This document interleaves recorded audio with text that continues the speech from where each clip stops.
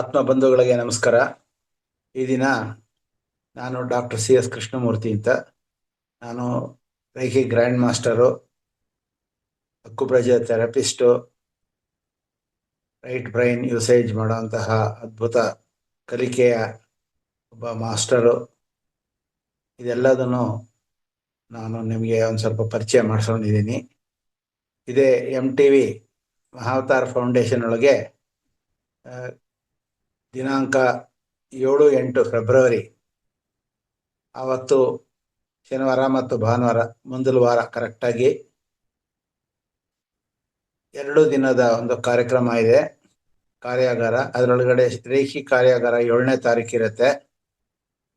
8ನೇ ತಾರೀಕು ಬೆಳಗ್ಗಿಂದ ಮಧ್ಯಾಹ್ನ ಊಟದ ಸಮಯದವರೆಗೂ ಕೂಡ ಬಲಮೆದುಳಿನ ಭಾಷೆ ಬಳಕೆ ಬಗ್ಗೆ ಮಾಹಿತಿ ಇರುತ್ತೆ. ಅದು ಕೂಡ ಒಂದು ಕಾರ್ಯಾಗಾರ, ಅದ್ಭುತ ಕಾರ್ಯಾಗಾರ.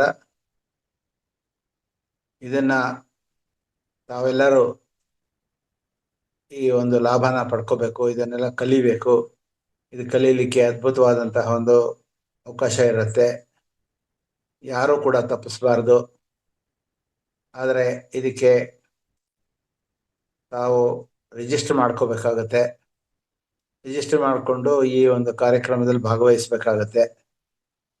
ನಾವು ನಮ್ಮ ಭಾಗವಹಿಸೋಕ್ಕೆ ಆಗಬೇಕು ಅಂತಂದರೆ ಮುಂಚೆನೇ ಅಡ್ವಾನ್ಸ್ ದುಡ್ಡು ಕಟ್ಟಬೇಕಾಗತ್ತೆ. ಇದ್ರ ಬಗ್ಗೆ ಎಲ್ಲ ಅಶ್ವಿನಿ ಮೇಡಮ್ ಹೇಳ್ತಾರೆ. ಈಗ ನಾನು ರೈಕಿ ಅಂದರೆ ಏನು ಮತ್ತು ಬಲಮೆದುಳಿನ ಭಾಷೆ ಬಳಕೆ ಅಂದರೆ ಸೈಕೋಲಿಂಗ್ವಿಸ್ಟಿಕ್ ಅಂತ ಕರಿತೀವಿ ಇಂಗ್ಲೀಷಲ್ಲಿ, ಇದ್ರ ಬಗ್ಗೆ ನಿಮಗೆ ಪರಿಚಯ ಮಾಡಿಕೊಡೋದಕ್ಕೆ ನಾನು ಬಂದಿದ್ದೀನಿ. ರೇಖಿ ಅಂತ ಅನ್ನೋದು ರೇ ಮತ್ತು ಕಿ ಅನ್ನೋ 2 ಪದಗಳಿಂದ ಮಾಡಲ್ಪಟ್ಟಿದೆ. ರೇ ಅಂತಂದರೆ ಯೂನಿವರ್ಸ್ ಅಂತ. ರೇ ಅಂದರೆ ಜಪಾನ್ ಭಾಷೆಯಲ್ಲಿ. ಯಾಕೆಂದರೆ ಈ ರೇಖಿ ಅಂತ ಅನ್ನುವಂತಹ ಒಂದು ಜ್ಞಾನ ಜಪಾನಿಂದ ಹುಟ್ಟಿರುವಂಥದ್ದು. ಜಪಾನ್ ದೇಶದೊಳಗೆ ಒಂದು ಸುಮಾರು ಹೆಚ್ಚು ಕಡಿಮೆ 100 ವರ್ಷ ಆಗ್ತಾ ಬಂದಿದೆ ಅಂತ ಒಂದು ಸ್ಥಿತಿ ಒಳಗಡೆ ನಾವಿದ್ದೀವಿ. ಇದು ಈ ಬ್ರಹ್ಮಾಂಡ ಹುಟ್ಟಿದಾಗಲಿಂದ 2 ಸತಿ ಪರಬ್ರಹ್ಮ ಶಕ್ತಿ, ಪರಬ್ರಹ್ಮ ಅಂದರೆ ಈ ಒಂದು ಸೃಷ್ಟಿಕರ್ತ ನಮಗೆ ಈ ಶಕ್ತಿನ ನಾವು ಹುಟ್ಟಿದಾಗಲಿಂದ ನಮ್ಮ ಜೊತೆಲೇ ಇರಲಿ ಅಂತ ಕೊಟ್ಟು ಬಿಟ್ಟಿದ್ದಾನೆ.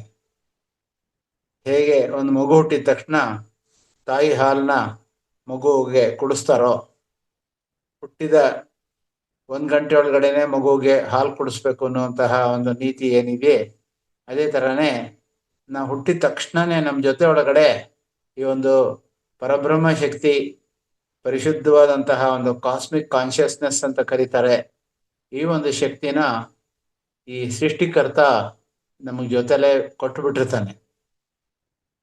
ಆದರೆ ಇದನ್ನ ಮುಂಚೆ ಈ ಸೃಷ್ಟಿಯಾದ ಹೊಸರೊಳಗೆ ನಾವು ಯಾವಾಗ ಬೇಕಾದ್ರೂ ಈ ಒಂದು ರೇಖಿ ಅನ್ನುವಂತಹ ಒಂದು ಶಕ್ತಿನ ಕರೆದಾಗ ಬರ್ತಾ ಇತ್ತು. ಆದರೆ ಅದನ್ನ ಮನುಷ್ಯ ಅವನು ದುರುಪಯೋಗ ಮಾಡಿಕೊಂಡ, ಕೆಟ್ಟದಕ್ಕೆಲ್ಲ ಉಪಯೋಗ ಮಾಡಿಕೊಂಡ, ತನ್ನ ಸ್ವಾರ್ಥಕ್ಕೆ ಉಪಯೋಗ ಮಾಡಿಕೊಂಡ. ಹೀಗಾಗ್ಬಿಟ್ಟು ರೇಖಿ ಅನ್ನುವಂತಹ ಒಂದು ಅದ್ಭುತ ಶಕ್ತಿ ನಿಧಾನಕ್ಕೆ ಅದು ನಾವು ಕರೆದ್ರೂ ಬರ್ತಾ ಇರಲಿಲ್ಲ, ನಿಂತು ಹೋಯ್ತು. ಕಾರಣ ಏನು ಅಂದರೆ, ಒಂದು ಅದ್ಭುತವಾದಂತಹ ಒಂದು ಜ್ಞಾನನ ನಾವು ದುರುಪಯೋಗ ಮಾಡಿದ್ರೆ ಅದು ನಮ್ಮಿಂದ ದೂರ ಹೋಗೋದು ಪ್ರಯತ್ನ ಮಾಡುತ್ತೆ. ಸಕಾರಾತ್ಮಕವಾಗಿರುವಂತಹ ಒಂದು ಶಕ್ತಿನ ನಕಾರಾತ್ಮಕ ಕಾರ್ಯಕ್ರಮಗಳಿಗೆ ಉಪಯೋಗ ಮಾಡಿದಾಗ ಆ ಸಕಾರಾತ್ಮಕ ವಿದ್ಯೆ ಮರ್ತು ಹೋಗುತ್ತೆ, ನಮಗೆ ಅದು ಕೆಲಸ ಮಾಡಲ್ಲ. ಈ ಥರ ಮೊದಲನೇ ಸತಿ ಆಯಿತು. ದೇವರು ಅಂದರೆ ನಮ್ಮ ತಂದೆ ಇದ್ದಂಗೆ, ಈ ಸೃಷ್ಟಿಯ ಈ ಬ್ರಹ್ಮಾಂಡದ ತಂದೆ. ಏನೇ ಆದರೂ ತಂದೆ ತಾಯಿಗೆ ಏನಿರುತ್ತೆ ಅಂದರೆ, ಅಯ್ಯೋ ಪಾಪ ನಮ್ಮ ಮಗುಗೆ ಒಂದ್ಸತಿ ಏನೋ ಮಾಡ್ತು ಅಂತ ತಪ್ಪು ಮಾಡಿದೆ, ತಿರ್ಗಕೊಳ್ಳೋಣ ಅಂತ ಅನ್ನೋ ಅಭಿಪ್ರಾಯ ಬರುತ್ತೆ. ಅದೇ ಥರನೇ ಮತ್ತೆ ಒಂದ್ಸತಿ ಪರಬ್ರಹ್ಮ ಈ ಶಕ್ತಿನ ಈ ಒಂದು ಮಾನವರಿಗೆ ಕೊಡ್ತಾನೆ. ಆಗ ಏನು ಮಾಡ್ತಾರೆ ಅಂದರೆ, ಆ ಮಾನವರು ಮೊದಲನೇದಾಗಿ ಮಾನವರಾಗಿ ಹೇಗೆ ಬರ್ತಾರೆ ಅಂತ ಒಂಚೂರು ತಿಳ್ಕೊಳ್ಳೋದಾದ್ರೆ, ಪರಬ್ರಹ್ಮ ಅನ್ನೋದು ಒಂದು ಬೆಳಕು. ಅದು ಇನ್ಯಾವ ಥರನೂ ಅದಕ್ಕೆ ದೇಹ ಇರಲ್ಲ, ಅದಕ್ಕೆ ರೂಪ ಇರಲ್ಲ. ಅದು ದಿವ್ಯ ಬೆಳಕು. ಆ ದಿವ್ಯ ಬೆಳಕಿನ ಒಂದೊಂದು ಕಿರಣ, ಈಗ ಸೂರ್ಯ ಹುಟ್ಟಿದಾಗ ಹೇಗೆ ಕಿರಣಗಳು ಬರುತ್ತೋ ಹಾಗೆ ಆ ಕಿರಣಗಳಲ್ಲಿ ಒಂದೊಂದು ಕಿರಣನೂ ಒಂದೊಂದು ಆತ್ಮಗಳು. ಪರಬ್ರಹ್ಮ ಅಂತಂದ್ರೆ ಏನು ಅಂತ ಕೇಳಿದ್ರೆ ಪರಮಾತ್ಮ ಅಂತ. ಪರಮ ಆತ್ಮ, ಎಲ್ಲ ಆತ್ಮಗಳ ಒಂದು ಒಡೆಯ. ಆ ಒಂದು ಒಡೆಯನ ದೇಹದಿಂದ, ಅಂದ್ರೆ ದೇಹ ಅಂದ್ರೆ ಬೆಳಕಿನ ಒಂದು ಮೂಲದಿಂದ ಒಂದೊಂದು ಕಿಡಿ ಹೊರಗಡೆ ಬಂದಾಗ ಒಂದೊಂದು ಆತ್ಮ ಆಗುತ್ತೆ. ಆತ್ಮ ಏನು ಅಂತ ಕೇಳಿದ್ರೆ ಜೀವಾತ್ಮಗಳಾಗಿರಲ್ಲ, ಅದಿನ್ನೂ ಕೇವಲ ಆತ್ಮಸ್ಥಿತಿಯಲ್ಲಿ ಇರುತ್ತೆ. ಅದಕ್ಕೆ ಯಾವಾಗ ದೇಹ ಕೊಡ್ತಾನೋ, ಈ ಒಂದು ಪ್ರಕೃತಿಯಿಂದ ದೇಹ ಪಡೆಯುತ್ತೆ ಆ ಒಂದು ಆತ್ಮ. ಆ ಥರ ಆದ ತಕ್ಷಣನೇ ಅದು ಭೂಮಿ ಅನ್ನುವಂತಹ ಒಂದು ಗ್ರಹದಲ್ಲಿ ಅದು ತಲುಪಿದ ತಕ್ಷಣ ತಾಯಿಯ ಹೊಟ್ಟೆ ಒಳಗಡೆ ಭ್ರೂಣದಲ್ಲಿ ಸೇರ್ಕೊಂಡು ಒಂದು ಮಾನವನಾಗಿ ಹೊರಗೆ ಬರುತ್ತೆ. ಸೊ ಈ ತರ ಆ ಆತ್ಮಕ್ಕೆ ಇಷ್ಟೇ ದಿವಸ ಬದುಕಬೇಕು ಅಂತ, ಇಷ್ಟು ಉಸಿರು ಅಂತ ಒಂದು ನಿರ್ದಿಷ್ಟವಾದಂತಹ ಒಂದು ಕಾಲಮಾನ ಇರುತ್ತೆ. ಆ ಕಾಲಮಾನದಲ್ಲಿ ಆ ಒಂದು ಮಾನವ ಬದುಕಿರ್ತಾನೆ. ಇಲ್ಲಿ ಯಾಕೆ ಬರ್ತಾನೆ ಅಂದ್ರೆ ಈ ಭೂಮಿನ earth the school of learning where we are all the students ಅಂತ. ಭೂಮಿ ಅನ್ನೋದು ಒಂದು ಪಾಠಶಾಲೆ ತರ. ಅಲ್ಲಿ ನಾವುಗಳೆಲ್ಲ ಇಲ್ಲಿ ಬರೋದು ಕಲೀಲಿಕ್ಕೆ. ಏನ್ ಕಲೀಲಿಕ್ಕೆ? ನಾವು ಈ ಒಂದು ಜೀವಾತ್ಮ ಒಂದ್ಸತಿ ಭೂಮಿಗೆ ಬಂದ್ಮೇಲೆ 84 ಲಕ್ಷ ಸತಿ ಹುಟ್ಟುತ್ತದು. 84 ಲಕ್ಷ ಸತಿ ತಾನು ಒಂದೊಂದು ಸತಿ ಹುಟ್ಟಿದಾಗಲೂ ಕೂಡ ಒಂದೊಂದು ವಿದ್ಯೆ ಕಲಿಯುತ್ತೆ. ಒಂದ್ಸತಿ ಡಾಕ್ಟ್ರು, ಒಂದ್ಸತಿ ಇಂಜಿನಿಯರು, ಇನ್ನೊಂದ್ಸತಿ ಕಾರ್ಪೆಂಟ್ರು, ಇನ್ನೊಂದ್ಸತಿ ಗಾರೆ ಕೆಲಸದವರು, ಇನ್ನೊಂದ್ಸತಿ ಕೂಲಿ, ಇನ್ನೊಂದ್ಸತಿ ಭಿಕ್ಷುಕ, ಇನ್ನೊಂದ್ಸತಿ ದೊಡ್ಡ ಸಾಹುಕಾರ, ಇನ್ನೊಂದ್ಸತಿ ಪ್ರೈಮ್ ಮಿನಿಸ್ಟರು, ಒಂದ್ಸತಿ ಹೆಣ್ಣು, ಒಂದ್ಸತಿ ಗಂಡು, ಈ ತರ ವಿವಿಧ ರೀತಿಯೊಳಗಡೆ ಜನ್ಮ ತಾಳ್ತಾ ಹೋಗ್ತಾನೆ. ಆ ಜನ್ಮ ಎಲ್ಲ ತಾಳೋದಕ್ಕೆ ಕಾರಣ ಕೂಡ ಅದೇ ಆತ್ಮ ಆಗಿರುತ್ತೆ. ಆ ಆತ್ಮ ನಾನು ಈ ತರ ಹುಟ್ಟಬೇಕು, ನನ್ಗೆ ಈ ತರ ನನ್ನ ಒಂದು ಆಸೆ ಇದೆ ಅಂತ ಒಂದು ಆಸೆನ ವ್ಯಕ್ತಪಡಿಸಿದ್ರೆ ಸಾಕು, ಮುಂದಿನ ಜನ್ಮ ಅದೇ ಆಗಿರುತ್ತೆ.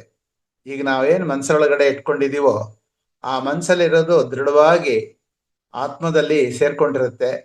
ಮುಂದಿನ ಒಂದು ಸೃಷ್ಟಿಗೆ, ಅಂದ್ರೆ ನಮ್ಮ ಒಂದು ಹುಟ್ಟಿಗೆ ಕಾರಣ ಆಗುತ್ತೆ, ನಮ್ಮ ಜನ್ಮಕ್ಕೆ ಕಾರಣ ಆಗುತ್ತೆ.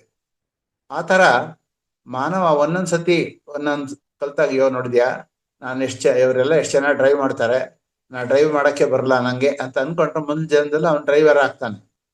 ಇವನೆಷ್ಟು ನೋಡಿ ಎಷ್ಟು ಸಾಹುಕಾರ, ಎಷ್ಟು ದೊಡ್ಡ ದೊಡ್ಡ ಬಿಲ್ಡಿಂಗಲ್ಲಿದ್ದಾನೆ ಅಂತಂದ್ರೆ ನಾವು ನೆಕ್ಸ್ಟ್ ಟೈಮು ಸಾಹುಕಾರ ಹುಟ್ಟಬಹುದು.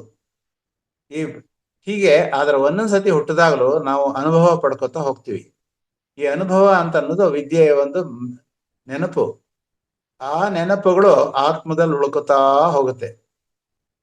ಹೀಗೆ ಈ ಪರಬ್ರಹ್ಮನ ಒಂದು ಮೂಲ ಅಂದ್ರೆ ಬೆಳಕು ಅಂತ ಹೇಳಿದೆ.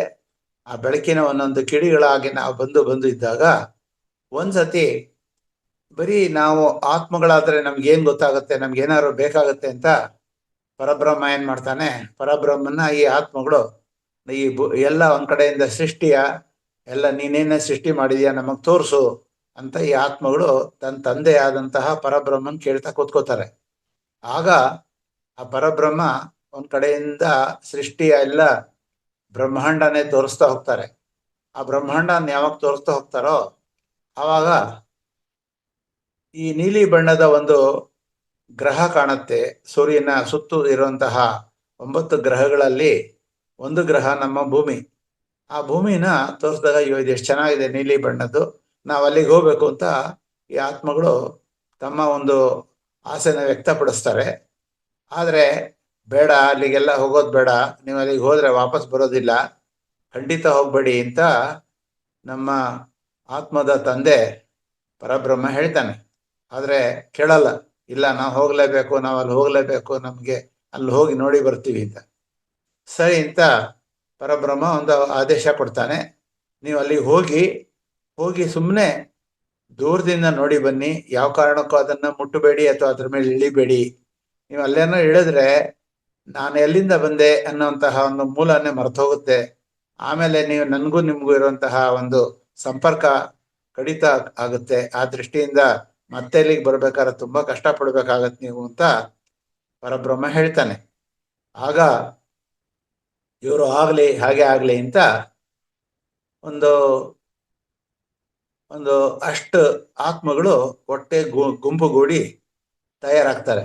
ಆಗ ಪರಬ್ರಹ್ಮ ಏನ್ ಮಾಡ್ತಾನೆ, ತಥಾಸ್ತು ಅಂತಾನೆ ಈ ಆತ್ಮಗಳೆಲ್ಲನೂ ಭೂಮಿಗೆ ಬರ್ತವೆ.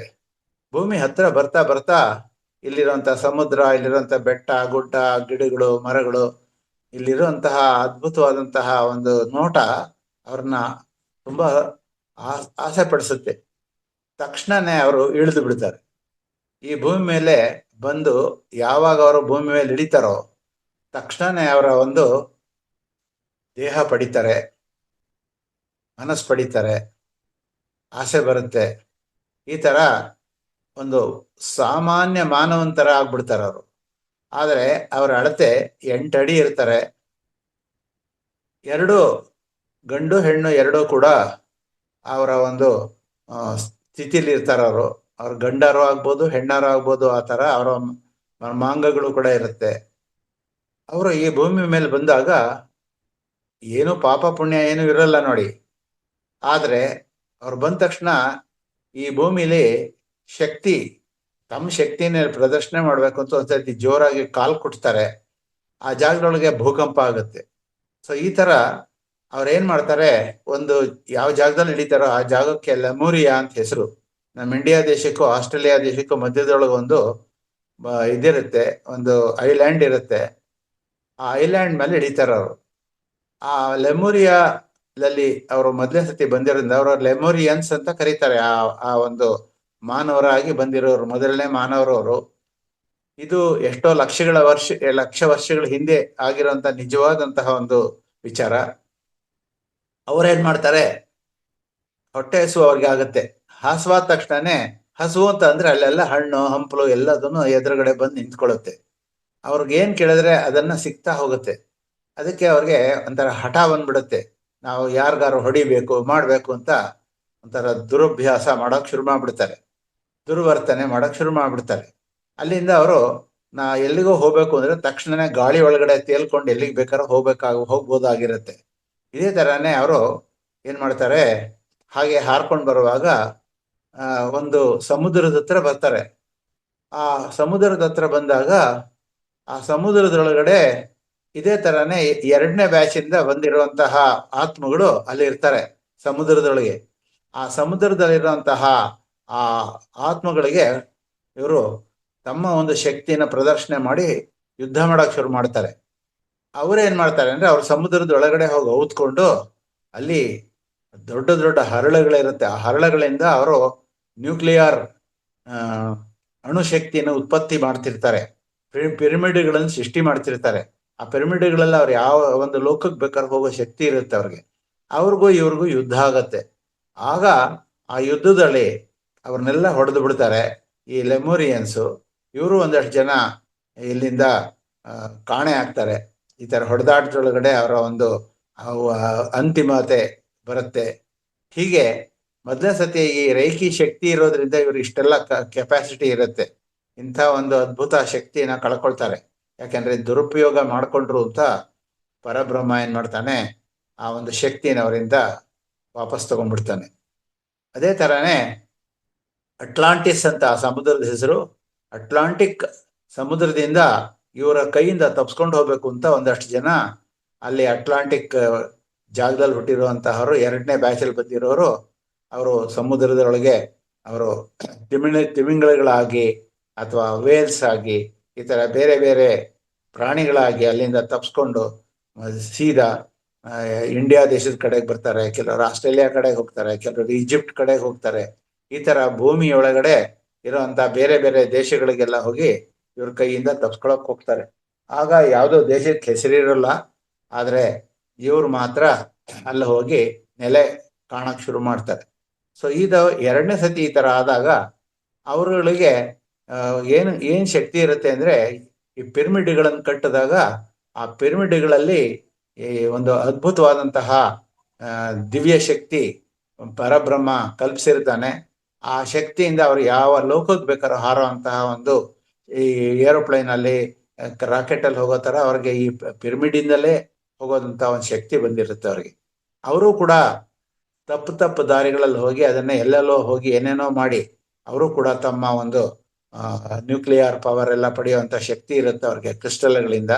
ಅಂದ್ರೆ ದೊಡ್ಡ ದೊಡ್ಡ ಹರಳುಗಳ ತರ, ಎಷ್ಟು ಅಂದ್ರೆ ಟನ್ ಗಟ್ಲೆ ಇರುವಂತ ಹರಳುಗಳವು.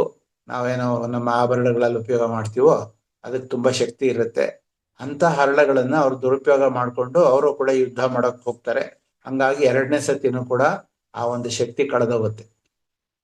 ಇದೇ ತರನೇ ಅವರು ಕೂಡ ಕಳೆದೋದಾಗ ಇನ್ನ ರೈಕಿ ಶಕ್ತಿ ಇರೋದೇ ಇಲ್ಲ. 3ನೇ ಸತಿ ಪರಬ್ರಹ್ಮನ್ಗೆ ಅಯ್ಯೋ ಪಾಪ, ನಮ್ಮ ಮಾನವರಾಗಿ ನಮ್ಮ ಆತ್ಮಗಳು ಅಲ್ಲೇ ಹೋಗಿ ಉಳ್ಕೊಂಡ್ಬಿಟ್ರು, ಬೇಡ ನೆಲದ ಮೇಲೆ ಕಾಲಿಡಬೇಡಿ ಅಂತ ಹೇಳಿದ್ವಿ, ನಾನು ಭೂಮಿ ಮೇಲೆ ಇಳಿಬೇಡಿ ಅಂತ ಹೇಳಿದೆ, ಆದ್ರೂ ಇಳಿದ್ರು ಅಂತ ಹೇಳಿ ಈ ತರ ಇರುವಾಗ ಎಷ್ಟೋ 100 ವರ್ಷಗಳಲ್ಲಿ ಅದು ಮತ್ತೆ ಬರೋದೇ ಇಲ್ಲ. ಸೊ ಈ ತರ ಇರುವಾಗ ಈ ರೇಖಿ ಶಕ್ತಿ ಅಂತ ಅನ್ನೋದು ಜಪಾನ್ ಅಲ್ಲಿ ತಿರ್ಗಾ ಹುಟ್ಟುತ್ತೆ. ಆ ಜಪಾನ್ ಅಲ್ಲಿ ಹೇಗೆ ಹುಟ್ಟುತ್ತೆ ಅಂತಂದ್ರೆ, ಡಾಕ್ಟರ್ ಮಿಕಾ ಉಸು ಇಂತ ಒಬ್ರು ಕ್ರಿಶ್ಚಿಯನ್ ಕಾಲೇಜ್ ಒಳಗೆ ಆಗಿರ್ತಾರೆ, ಡೀನ್ ಆಗಿರ್ತಾರೆ. ಅವರು ಒಂದ್ಸತಿ ಪಾಠ ಮಾಡ್ತಿರುವಾಗ ಕ್ರಿಸ್ತನ್ ಬಗ್ಗೆ ಮಾತಾಡ್ತಿರುವಾಗ 1800ನೇ ಇಸವಿಲಿ ಒಬ್ಬ ಹುಡುಗ ಎದ್ ನಿಂತ್ಕೊಂಡು ಕೇಳ್ತಾನೆ, ಕ್ರಿಸ್ತ ಹೋಗ್ತಿರುವಾಗ ಅವನ ಬಟ್ಟೆಗಳು ಕುರುಡ್ರು, ಕುಂಟ್ರು, ಹೆಳವರು, ಮೂಕರು ಇವ್ರಿಗೆಲ್ಲ ತಗಲಿದ್ರೆ ತಕ್ಷಣ ಅವ್ರಿಗೆ ಕೈಗಳು ಬಂದ್ಬಿಡುತ್ತೆ, ಕಾಲುಗಳು ಬಂದ್ಬಿಡುತ್ತೆ, ಮೂಕರಿಗೆ ಮಾತು ಬಂದ್ಬಿಡುತ್ತೆ, ಕಣ್ಣಿಲ್ದಿರೋರ ಕಾಣಿಸೋಕ್ ಶುರು ಆಗ್ಬಿಡುತ್ತೆ, ಈ ತರ ಅಂತ ಹೇಳ್ಬಿಟ್ಟು ಇವರು ಲೆಕ್ಚರ್ ಮಾಡ್ತಿರ್ತಾರೆ. ಡಾಕ್ಟರ್ ಮಿಕಾವು ಉಸುಯಿ ಅಂತ ಅವ್ರ ಹೆಸರು. ಅವರು ದೊಡ್ಡ ಡೀನ್, ಅವರು ಪ್ರೊಫೆಸರ್. ಹೀಗೆ ಮಾಡ್ತಿರುವಾಗ ಒಬ್ಬ ಹುಡುಗ ನಿಂತ್ಕೊಂಡು ಕೇಳ್ತಾನೆ, ಈ ಬಟ್ಟೆನೆಲ್ಲ ತಗಲೋದ್ರಿಂದ ಎಲ್ರಿಗೂ ಕಣ್ಣು, ಕಿವಿ, ಮೂಗು ಎಲ್ಲಾರ್ಗು ಹೇಳೋರೆಲ್ಲಾನು ಕೈ ಕಾಲು ಬರೋದಾದ್ರೆ ನೀವು ಅದನ್ನ ಮಾಡಕ್ಕಾಗತ್ತಾ, ಈ ಕತೆ ಹೇಳ್ತಿದ್ದೀರಲ್ಲ ಅಂತ. ಇಲ್ಲ, ನನ್ನ ಕೈಲಿ ಆಗಲ್ಲ, ಅದನ್ನ ನಾನೆಲ್ಲ ಆಗುತ್ತೆ, ಕ್ರಿಸ್ತನ್ಗಾದ್ರೆ ಅವನ ದೇವ್ರ ಮಗ, ಅವನ್ಗಾಗುತ್ತೆ, ನನ್ಗೆಲ್ಲ ಆಗುತ್ತೆ ಅಂತ ಡಾಕ್ಟರ್ ಮಿಕಾ ಉಸು ಇವ್ರು ಹೇಳಿದಾಗ, ಇಂಥ ವಿಚಾರ ಇಂಥ ಪಾಠ ನೀವು ಮಾಡಿ ನಮ್ಮ ಸಮಯ ನಷ್ಟ ಮಾಡ್ತಾ ಇದ್ದೀರಿ ಅಂತ ಅವನು ಕಿರ್ಚಾಡ್ತಾನೆ. ಆಗ ಇವ್ರಿಗೆ ಹೌದಲ್ವಾ, ನಾನು ಬರೀ ಕತೆ ಹೇಳಿದ್ರೆ ಏನ್ ಪ್ರಯೋಜನ, ಅದನ್ನ ಮಾಡಿ ತೋರಿಸುವಂತ ಶಕ್ತಿ ಇಲ್ವಲ್ಲ ನಂಗೆ ಅಂತ ಅವ್ರೇನ್ ಮಾಡ್ತಾರೆ, ಆ ಪ್ರೊಫೆಸರ್ ಗಿರಿಗೆ ರಾಜೀನಾಮೆ ಕೊಟ್ಬಿಡ್ತಾರೆ. ಕೊಟ್ಬಿಟ್ಟು ಅವರು ಈ ಒಂದು ಶಕ್ತಿ ಮುಟ್ಟಿದ್ರೆ ತಕ್ಷಣನೇ ಎಲ್ಲ ಬದಲಾಗ್ಬೇಕು, ಆತರ ಟಚ್ ಥೆರಪಿ ಕಲ್ತ್ಕೋಬೇಕು ಅಂತ ಅವರು ಎಲ್ಲ ಚೈನಾ, ಇಂಡಿಯಾ, ಬೇರೆ ಬೇರೆ ದೇಶಗಳಿಗೆಲ್ಲ ಸುತ್ತಿ ಪ್ರತಿಯೊಬ್ಬರಿಗೂ ಕೇಳ್ತಾ ಇರ್ತಾರೆ, ಈ ತರ ಮುಟ್ಟಿದ ತಕ್ಷಣನೇ ಕಾಯಿಲೆ ವಾಸಿ ಆಗುವಂತದ್ದು ಏನಾರು ಒಂದಿದೆಯಾ ಅಂತ. ನಮಗ್ ಗೊತ್ತಿಲ್ಲ ಅಂತ ಇರ್ತಾರೆ. ಹೀಗೆ ಒಂದು 12 ವರ್ಷ ಅವರು ಸುತ್ತಿ ಏನು ಸಾಧನೆ ಆಗದಿರುವಾಗ ತಿರ್ಗಿ ಜಪಾನ್ಗೆ ವಾಪಸ್ ಬರ್ತಾರೆ. ಕ್ಯೋಟೋ ಅನ್ನೋಂತ ಒಂದು ಸಿಟಿಲಿ ಇರ್ತಾರೆ. ಅಲ್ಲಿಗೆ ವಾಪಸ್ ಬಂದು ಅಯ್ಯೋ ನನ್ನ ಜೀವನ ಹಾಳಾಗೋಯ್ತು ಅಂತ ದುಃಖ ಪಡ್ತಿರುವಾಗ ಯಾರೋ ಒಬ್ರು ಹೇಳ್ತಾರೆ, ಅಲ್ಲಿ ಗೊಂಪ ಅಂತ ಹೇಳ್ಬಿಟ್ಟು ಒಂದು ಬುದ್ಧನ ದೇವಸ್ಥಾನ ಇದೆ, ಅಲ್ಲಿಗೆ ಹೋಗು, ಒಬ್ಬ ಮುದುಕ ಇದ್ದಾನೆ, ಅವ್ನು ಕೇಳು ಅಂತ. ಆ ಮುದುಕನ್ ಕೇಳಿದಾಗ ಅವನ ಹತ್ರ ಹೋಗ್ತಾನೆ. ಕೇಳಿದಾಗ ಅಯ್ಯೋ ಮುಠಳ, 12 ವರ್ಷ ವೇಸ್ಟ್ ಮಾಡಿದೆ, ಈಗ ಹೋಗ್ಬಿಟ್ಟಿದೆ, ಕೊರಿಯಾಮ ಅನ್ನೋ ಬೆಟ್ಟ ಇದೆ ಪಕ್ಕದೊಳಗಡೆ, ಆ ಬೆಟ್ಟದ ಮೇಲೆ ಹೋಗಿ ನೀನ್ ಯಾವ ಕಾರಣಕ್ಕೂ ಅಲ್ಲಿ ಕೂತ್ಕೊಂಡು ಧ್ಯಾನ ಮಾಡು, ಧ್ಯಾನದಿಂದ ನಿನಗೆ ಈ ಒಂದು ಶಕ್ತಿ ವಾಪಸ್ ಬರುತ್ತೆ, ನೀನ್ ಯಾವ ತರನೂ ಬರೋಲ್ಲ ಅಂತ ಹೇಳಿದಾಗ, ನೀ ಸತ್ರ ಅಲ್ಲೇ ಸಾಯಿ, ಆದ್ರೆ ಧ್ಯಾನದಿಂದ ಒಲಮೆ ನಿನ್ಗೆ ಏನ್ ಬೇಕೋ ಸಿಕ್ಕೋ ತನಕ ನೀನ್ ಕಣ್ ಬಿಡ್ಬೇಡ, ಕಣ್ ತೆಗಿ ಕುಡ್ದು ಅಂತ ಹೇಳಿ ಕಳಿಸ್ತಾನೆ. ಸದ್ಯ ಹೇಗೆ ಸಿಕ್ಕರೂ ಸಾಕು ಅಂತ ಬೇಗ ಹೋಗಿ ಕೊರಿಯಾಮ ಬೆಟ್ಟದಲ್ಲಿ ಕೂತ್ಕೊಂಡು ಧ್ಯಾನ ಮಾಡಕ್ ಶುರು ಮಾಡ್ತಾರೆ. ಮಾಡಕ್ ಮುಂಚೆ ಒಂದಷ್ಟು ಕಲ್ಲುಗಳನ್ನ ಪಕ್ಕದೊಳಗೆ ಗುಡ್ಡೆ ಹಾಕೋತಾರೆ. ಯಾಕೆಂದ್ರೆ ಬೆಳಿಗ್ಗೆ ಆಯ್ತು ಅಂತ ಗೊತ್ತಾಗೋದಕ್ಕೆ ಹಕ್ಕಿ ಕೂಗುತ್ತೆ, ತಿರ್ಗಾ ರಾತ್ರಿ ಆಯ್ತು ಅಂತ ತಿಳ್ಕೊಳ್ಳೋದಕ್ಕೆ ಒಂದು ಹಕ್ಕಿ ಕೂಗುತ್ತೆ, ಅಲ್ಲಿಗೆ ಒಂದಿನ ಕಳೀತು ಅಂತ ತಿಳ್ಕೊಂಡು ಒಂದ್ ಕಲ್ಲು ಎತ್ತಿಡ್ತಾ ಹೋದ್ರೆ 8 ದಿವಸ ನಾ ಧ್ಯಾನ ಮಾಡಿದ್ದಿ ಅಂತ ಲೆಕ್ಕ ಸಿಗುತ್ತೆ ಅಂತ ಅವ್ರು ಅದನ್ನ ಮಾಡ್ತಾರೆ. ಈ ತರ ಮಾಡುವಾಗ ಅವ್ರಿಗೇನಾಗುತ್ತೆ, ಧ್ಯಾನ ಕೂತ್ಕೋತಾರೆ. 1 ದಿವಸ ಆಯ್ತು, 2 ದಿವಸ ಆಯ್ತು, ಇದೇ ತರನೇ 21 ದಿನ ಆಗುತ್ತೆ. ಅವನೇನ್ ಹೇಳ್ಕೊಟ್ಟಿರ್ತಾರ ಆ ಮುದುಕ, ಆ ಗೊಂಪ ಅನ್ನೋ ಜಾಗದಲ್ಲಿ, ಯಾವ ಕಾರಣಕ್ಕೂ ಕಣ್ ತೆಗಿಬೇಡ, ಏನಾರು ಶಬ್ದ ಬರಲಿ, ಸೀಟ್ಲು ಹೊಡಿಲಿ, ಗುಡುಗು ಹೊಡಿಲಿ, ಏನಾದ್ರು ಕಣ್ ತೆಗಿಬೇಡ ಅಂತ. ಆ ಟೈಮ್ ಒಳಗಡೆ ಒಂದು 21ನೇ ದಿವಸ ಬೆಳಗಿನ ಏನು ಬೆಳಗಾಗೆದ್ದು 4 ಗಂಟೆ ಕಾಲ ಆ ಸಮಯದಲ್ಲಿ ಇವ್ರಿಗೆ ಒಂದು ದೊಡ್ಡದೊಂದು ಸಿಡ್ಲು ಹೊಡೆದಂಗಾಗತ್ತೆ. ಜೋರಾಗಿ ಸಿಡ್ಲು ಹೊಡೆದಂಗಾದಾಗ ಇವ್ರಿಗೆ ಭಯ ಆಗ್ಬಿಡುತ್ತೆ. ಅವರು ಧ್ಯಾನದಿಂದ ಎಚ್ಚರ ಆಗ್ಬಿಟ್ಟು ಕಣ್ ತೆಗೆದು ಬಿಡ್ತಾರೆ. ಒಂದು ದೊಡ್ಡ ಬೆಂಕಿ ಉಂಡೆ ಇವ್ರ ಹತ್ರ ಬರ್ತಾ ಇರತ್ತೆ. ತಕ್ಷಣನೇ ಆ ಬೆಂಕಿ ಉಂಡೆ ತಪ್ಸ್ಕೋಬೇಕು ಅಂತ ಬೇಗ ಎದ್ದು ಹೋಗೋಕೆ ಅಂತ ಹೋದಾಗ ಆ ಬೆಂಕಿ ಉಂಡೆ ಬಂದು ಅವನ ಹಣೆಗೆ ಬಡದ್ ಬಿಡುತ್ತೆ. ಬಡದ ತಕ್ಷಣ ಅವರು ಅನ್ಕಾನ್ಶಿಯಸ್ ಆಗಿ ಬಿದ್ದೋಗ್ಬಿಡ್ತಾರೆ. ಬಿದ್ದೋಗ್ಬಿಟ್ಟಾಗ ಎಷ್ಟು ಗಂಟೆ ಕಾಲ ಬಿದ್ದಿರ್ತಾರೋ ಅವ್ರಿಗೂ ಗೊತ್ತಿಲ್ಲ. ಈ ತರ ಇರುವಾಗ ಆಮೇಲೆ ತೆಗಿತಾರೆ. ತೆಗೆದ್ರೆ ಅವ್ರಿಗೆ ನನಗೆ ಹಸುವಾಗ್ತಾ ಇರುತ್ತೆ. ಯಾಕಂದ್ರೆ 21 ದಿವಸ ನಿದ್ದೆ ಇಲ್ಲ, ಊಟ ಇಲ್ಲ, ನೀರ್ ಕುಡ್ದಿಲ್ಲ, ನಿದ್ದೆ ಏನು ಆಹಾರ ತಗೊಂಡಿಲ್ಲ.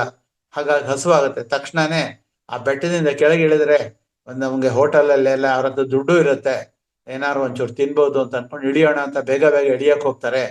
ಜಾರ್ಬಿಟ್ಟು ಕಾಲು ಏಟಾಗ್ಬಿಟ್ಟು ಅವ್ರ ಕಾಲು ಹರಿದೋಗ್ಬಿಡುತ್ತೆ. ತೊಡೆ ಎಲ್ಲ ಹರಿದೋಗ್ಬಿಟ್ಟು ಮೂಳೆ ಎಲ್ಲ ಹೊರಗೆ ಬಂದ್ಬಿಡುತ್ತೆ. ತಕ್ಷಣ ಅಯ್ಯೋ ಅಂತ ಮುಟ್ಕೋತಾರೆ. ಮುಟ್ಕೊಂಡ್ರೆ ಎಲ್ಲದನ್ನು ಆ ಹರಿದೋಗಿರೋದೆಲ್ಲ ತಿರ್ಗಾ ಮೊದಲು ತರನೇ ಸೇರ್ಕೊಂಡು ಕಾಲೊಳಗಡೆ ಏನು ಗಾಯನೇ ಇಲ್ವೇನೋ ಅನ್ನೋ ತರ ಪೂರ್ತಿ ವಾಸಿಯಾಗಿ ಮಾಮೂಲಿ ಮನುಷ್ಯನ ತರಾನೇ ಎದ್ದು ನಿಂತ್ಕೊಳ್ತಾರೆ. ನನ್ಗೆ ಇದೇನ್ ಕನ್ಸ ಅಂತ ನೋಡಿದ್ರೆ ಕೈಯೆಲ್ಲ ರಕ್ತ ಆಗಿರುತ್ತೆ, ಕೆಳಗಡೆ ಎಲ್ಲ ರಕ್ತ ಬಿದ್ದಿರುತ್ತೆ. ತಕ್ಷಣನೇ ನಾನೇನ್ ಅನ್ಕೊಂಡಿದ್ನೋ ನಂಗೆ ಸಿಕ್ತು ಅಂತ ಹೇಳ್ಬಿಟ್ಟು ಆಗ ಅವರು ತಕ್ಷಣ ಕೆಳಗಡೆ ಹೋಗಿ ಹೋಟೆಲಲ್ಲಿ ಏನೇನ್ ತಿಂಡಿ ಇದೆಯೋ ಎಲ್ಲ ತನ್ನಿ ಅಂತ ಹೇಳ್ತಾರೆ. ಅಷ್ಟು ತಿಂಡಿ ತಗೊಂಡ್ ಬರೋದ್ರೆ ನೀನ್ ಈಗ ಅವ್ನು ಹೇಳ್ತಾನೆ ಹೋಟೆಲ್ ಓನರು, ನೀನ್ ಮೇಲ್ಗಡೆ ಕೂತ್ಕೊಂಡು ಧ್ಯಾನ ಮಾಡ್ತಿದ್ದದ್ ನಾವೆಲ್ಲ ನೋಡಿದೀವಿ, ನೀನು ಅಷ್ಟೊಂದು ಆಹಾರ ತಿಂದ್ರೆ ಇಷ್ಟು ದಿವಸದ ಮೇಲೆ ಒಳ್ಳೇದಲ್ಲ ಆಹಾರ, ಆರೋಗ್ಯ ಕೆಟ್ಟೋಗುತ್ತೆ ಅಂತ. ಇಲ್ಲ ನೀನೆಲ್ಲ ತಗೊಂಬಂದ್ರೆ ಅಷ್ಟು ತಿಂತಾರ ಅವ್ರು. ಹೀಗೆ ಅವರು ಏನೋ ಪ್ರಚಂಡವಾದಂತಹ ಒಂದು ಶಕ್ತಿ ಅವ್ರಿಗೆ ಬಂದಿರುತ್ತೆ. ಈ ಶಕ್ತಿ ಏನು ಅಂದ್ರೆ 3ನೇ ಸತಿ ಬಂದಿರೋದು ರೇಖಿ ಅಂದ್ರೆ ಪರಬ್ರಹ್ಮ ಶಕ್ತಿ. ರೇಖಿ ಅಂತಂದ್ರೆ ದಿವ್ಯ ಶಕ್ತಿನ ಇದನ್ನ ಕಂಡಿಡಿದವರು 3ನೇ ಸತಿ ಡಾಕ್ಟರ್ ಮಿಕಾ ಉಸೋಯಿ. ಇಲ್ಲಿಂದ ಮುಂದಕ್ಕೆ ರೇಖಿ ಬಗ್ಗೆ ಹೇಳ್ತಾ ಇದ್ದೀನಿ. ರೇಖಿ ಇದು ಯಾವ ಕಾರಣಕ್ಕೂ ದುರುಪಯೋಗ ಮಾಡ್ಕೋಬಾರ್ದು, ಕೇವಲ ಒಳ್ಳೆ ಕಾರ್ಯಕ್ರಮ ಮಾತ್ರ ಉಪಯೋಗ ಮಾಡಬೇಕು ಅನ್ನೋದೇ ಒಂದು ಉದ್ದೇಶ. ಈ ರೇಖೆಯಿಂದ ಏನ್ ಬೇಕಾದ್ರೂ ಪಡಿಬೋದು, ಅದೇನೇನ್ ಪಡಿಬಹುದು ಅಂತ ಹೇಳ್ತಾ ಹೋಗ್ತೀನಿ. ರೇ ಅಂದ್ರೆ ಪ್ರಪಂಚ ಅಥವಾ ಬ್ರಹ್ಮಾಂಡ, ಕಿ ಅಂದ್ರೆ ಶಕ್ತಿ ಅಂತ. ಸೊ ಯೂನಿವರ್ಸಲ್ ಲೈಫ್ ಎನರ್ಜಿ ಅಂದ್ರೆ ಏನು ಅಂದ್ರೆ ಈ ಶಕ್ತಿಗೆ ಜ್ಞಾನ ಇರುತ್ತೆ, ಅದಕ್ಕೆ ಪ್ರಾಣ ಇರುತ್ತೆ. ಬೇರೆ ಶಕ್ತಿಗಳಿಗೆಲ್ಲ ಈ ಎಲೆಕ್ಟ್ರಿಸಿಟಿ ಇದೆಲ್ಲದನ್ನು ನಮ್ಮ ಕಂಟ್ರೋಲ್ ಅಲ್ಲಿ ಇರುತ್ತೆ. ಕಾಸ್ಮಿಕ್ ಎನರ್ಜಿನೂ ಕೂಡ ನಮ್ಮ ಕಂಟ್ರೋಲ್ ಅಲ್ಲಿ ಇರುತ್ತೆ. ಪ್ರಾಣಶಕ್ತಿ ನಮ್ಮ ಕಂಟ್ರೋಲ್ ಅಲ್ಲಿ ಇರುತ್ತೆ. ಸೊ ಆ ದೃಷ್ಟಿ ಆದ್ರೆ ರೇಖಿ ಹಾಗಲ್ಲ, ಅದು ಪರಬ್ರಹ್ಮ ಶಕ್ತಿ. ಅದು ಮೂಲದಿಂದ ಪರಬ್ರಹ್ಮನಿಂದ ಬಂದಿರುವಂತಹದ್ದಾದ್ರಿಂದ ಅದಕ್ಕೆ ಏನ್ ಮಾಡ್ತಾ ಇದ್ದೀನಿ, what, where, when, which, how ಅಂತ ಪ್ರಶ್ನೆಗೆ ಉತ್ತರಗಳೆಲ್ಲ ಅದು ಗೊತ್ತಾಗ್ತಾ ಇರತ್ತೆ. ಏನ್ ಬೇಕಾದ್ರೂ ಮಾಡುತ್ತೆ. ಸೊ ಅಂಥದ್ದು ರೇಖಿ ಒಂದು ಪರಿಶುದ್ಧವಾದಂತಹ ಪರಬ್ರಹ್ಮ ಶಕ್ತಿ ಆಗಿರುತ್ತೆ. ಇದಕ್ಕೆ ಕಾಸ್ಮಿಕ್ ಕಾನ್ಶಿಯಸ್ನೆಸ್ ಅಂತಾನು ಕರೀತಾರೆ. ಇದು ಯಾರು ಬೇಕಾದ್ರೂ ಕಲಿಬಹುದು. ಇದಕ್ಕೆ ಕೌಶಲ್ಯ, ಜಾಣತನ ಏನು ಬೇಕಾಗಿಲ್ಲ. ಇದು ಇಂಥದ್ದೇ ಕಲಿಕೆ ಆದ್ಮೇಲೆನೆ ಮುಂದಕ್ಕೆ ಕಲಿಬಹುದು ಅಂತಲ್ಲ, ಯಾರು ಬೇಕಾದ್ರೂ ಕಲಿಬಹುದು. ಆದ್ರೆ ಅವರು ಅಬೌಟ್ 14-15 ವರ್ಷದ ಮೇಲೆ ಇರಬೇಕು. ಅದಕ್ಕೆ ಮುಂಚೆ ಅವ್ರಿಗೇನು ಅರ್ಥ ಆಗೋಲ್ಲ. ಇದು ಕಲಿಯೋ ಸಾಮರ್ಥ್ಯ ಆಗ್ಲಿ, ಗ್ರಹಿಸೋ ಶಕ್ತಿ ಆಗ್ಲಿ, ಆಧ್ಯಾತ್ಮಿಕ ಸಾಮರ್ಥ್ಯ ಏನು ಬೇಕಾಗಿಲ್ಲ. ಅವ್ರು ಧ್ಯಾನ ಮಾಡಿ ಇಂಥ ಒಂದು ಹಂತಕ್ಕೆ ತಲುಪಿರ್ಬೇಕು ಅಥವಾ ಇಂಥ ಚಕ್ರದಲ್ಲಿ ಇರ್ಬೇಕು, ಇದು ಮೂಲಾಧಾರದಿಂದ ಅನಾಹತ ಆಜ್ಞಾ ಚಕ್ರದವರೆಗೂ ಬೆಳೆದಿರ್ಬೇಕು, ಈ ಥರದ್ದೇನು ಇರಲ್ಲ. ಸೊ ಈ ರೇಖಿನ ಒಂದ್ಸತಿ ಕಲಿಬೇಕು ಅಂದ್ರೆ, ಈ ರೇಖಿ ಹೇಗೆ ಮುಂಚೆ ನೇರವಾಗಿ ಮನುಷ್ಯನಿಗೆ ಬರೋಲ್ಲ. ಇದನ್ನ ನಾವು ಕಲಿಬೇಕಾದ್ರೆ ಒಬ್ಬ ರೇಖಿ ಮಾಸ್ಟರ್ ಇಂದ ನಾವು ಕಲ್ತ್ಕೊಂಡು ಅದಕ್ಕೆ ಬೇಕಾಗಿರುವಂತಹ ಅಟ್ಯೂನ್ಮೆಂಟ್ ಅಂತಂದ್ರೆ ಶ್ರುತಿಗೂಡಿಸುವಿಕೆ ಅಂತ ಕರಿತೀವಿ, ದೀಕ್ಷೆ ಅಂತ ಇರುತ್ತೆ. ಅದೊಂದು ವಿಧಾನ ಡಾಕ್ಟರ್ ಮಿಕಾ ಉಸುಯಿ ಅವರು ಹೇಗೆ ಕಲ್ಸಿದಾರೋ ಅದೇ ತರ ಮಾಡಿದ್ರೆ ಮಾತ್ರ ಅವನು ರೇಖಿ ಮಾಸ್ಟರ್ ಆದವನು. ಆ ಕ್ಷಣದಿಂದ ಅವನಿಗೆ ಈ ರೇಖಿ ಹರಿಯಕ್ಕೆ ಶುರು ಆಗುತ್ತೆ. ರೇಖಿನ ಕರೆದ ತಕ್ಷಣ ಬರುತ್ತೆ, ಯಾವಾಗ ಬೇಕಾದ್ರೂ ಬರುತ್ತೆ, ಸಾಯೋ ತನಕ ಇರುತ್ತೆ. ಅದಕ್ಕೇನು ಯಾವ 1 ರೂಪಾಯಿ ಇಲ್ಲ, ಒಂದು ಕಷ್ಟ ಇಲ್ಲ, ಏನಿಲ್ಲ. ನಾವು ಅದನ್ನ ನೆನಪು ಮಾಡ್ಕೋಬೇಕು, ಭಕ್ತಿಯಿಂದ ಕರಿಬೇಕು. ಆಧ್ಯಾತ್ಮಿಕ ಸಾಮರ್ಥ್ಯ ನಮ್ಮ ಕೈಯೊಳಗೆ ಹರಿಯೋಕೆ ಶುರು ಆಗುತ್ತೆ. ಈ ತರ ಇದಾದ್ಮೇಲೆ ಒಂದ್ಸತಿ ಇದನ್ನ ನಾವು ಅಟ್ಯೂನ್ಮೆಂಟ್ ಅನ್ನೋದನ್ನ ಪಡ್ಕೊಂಡಿದ್ದೆ ಆದ್ರೆ ಒಬ್ಬ ರೇಖಿ ಮಾಸ್ಟರ್ ಇಂದ 21 ದಿವಸ ಅದನ್ನ ಅಭ್ಯಾಸ ಮಾಡ್ಬೇಕಾಗತ್ತೆ. ಒಂದೇ ದಿವಸದೊಳಗಡೆ ನಾವು ರೇಖಿ ಕಲಿಬಹುದು. ಅದಕ್ಕೆ ಶಾಲೆಗೆ ಹೋಗ್ಬೇಕಾದಿಲ್ಲ, ಏನು ಇಲ್ಲ. ಅದೊಂದು ವಿಧಾನಗಳಿದೆ, ಅದೊಂದು ಹ್ಯಾಂಡ್ ಪೊಸಿಷನ್ಸ್ ಅಂತಾರೆ. ಅದನ್ನ ಮಾಡ್ಕೊಂತ 21 ದಿವಸ ಕಳಿಬೇಕಾಗತ್ತೆ. ಹೀಗೆ ಈ ಒಬ್ಬ ವ್ಯಕ್ತಿ ರೇಖಿ ಅಟ್ಯೂನ್ಮೆಂಟ್ ಪಡ್ಕೊಂಡು ಅವನು ಯಾವ ರೋಗ ಬೇಕಾದ್ರೂ ಗುಣಪಡಿಸ್ಕೋಬಹುದು. ಇದರೊಳಗಡೆ ಬಹಳ ವಿಚಾರಗಳಿದೆ. ಇದ್ರ ಬಗ್ಗೆ ಹೇಳೋದಾದ್ರೆ, ರೇಖಿ ಒಂದು ಆಧ್ಯಾತ್ಮಿಕ ಸ್ವರೂಪ ಹೊಂದಿರುವಂತ ದೈವ ಶಕ್ತಿ.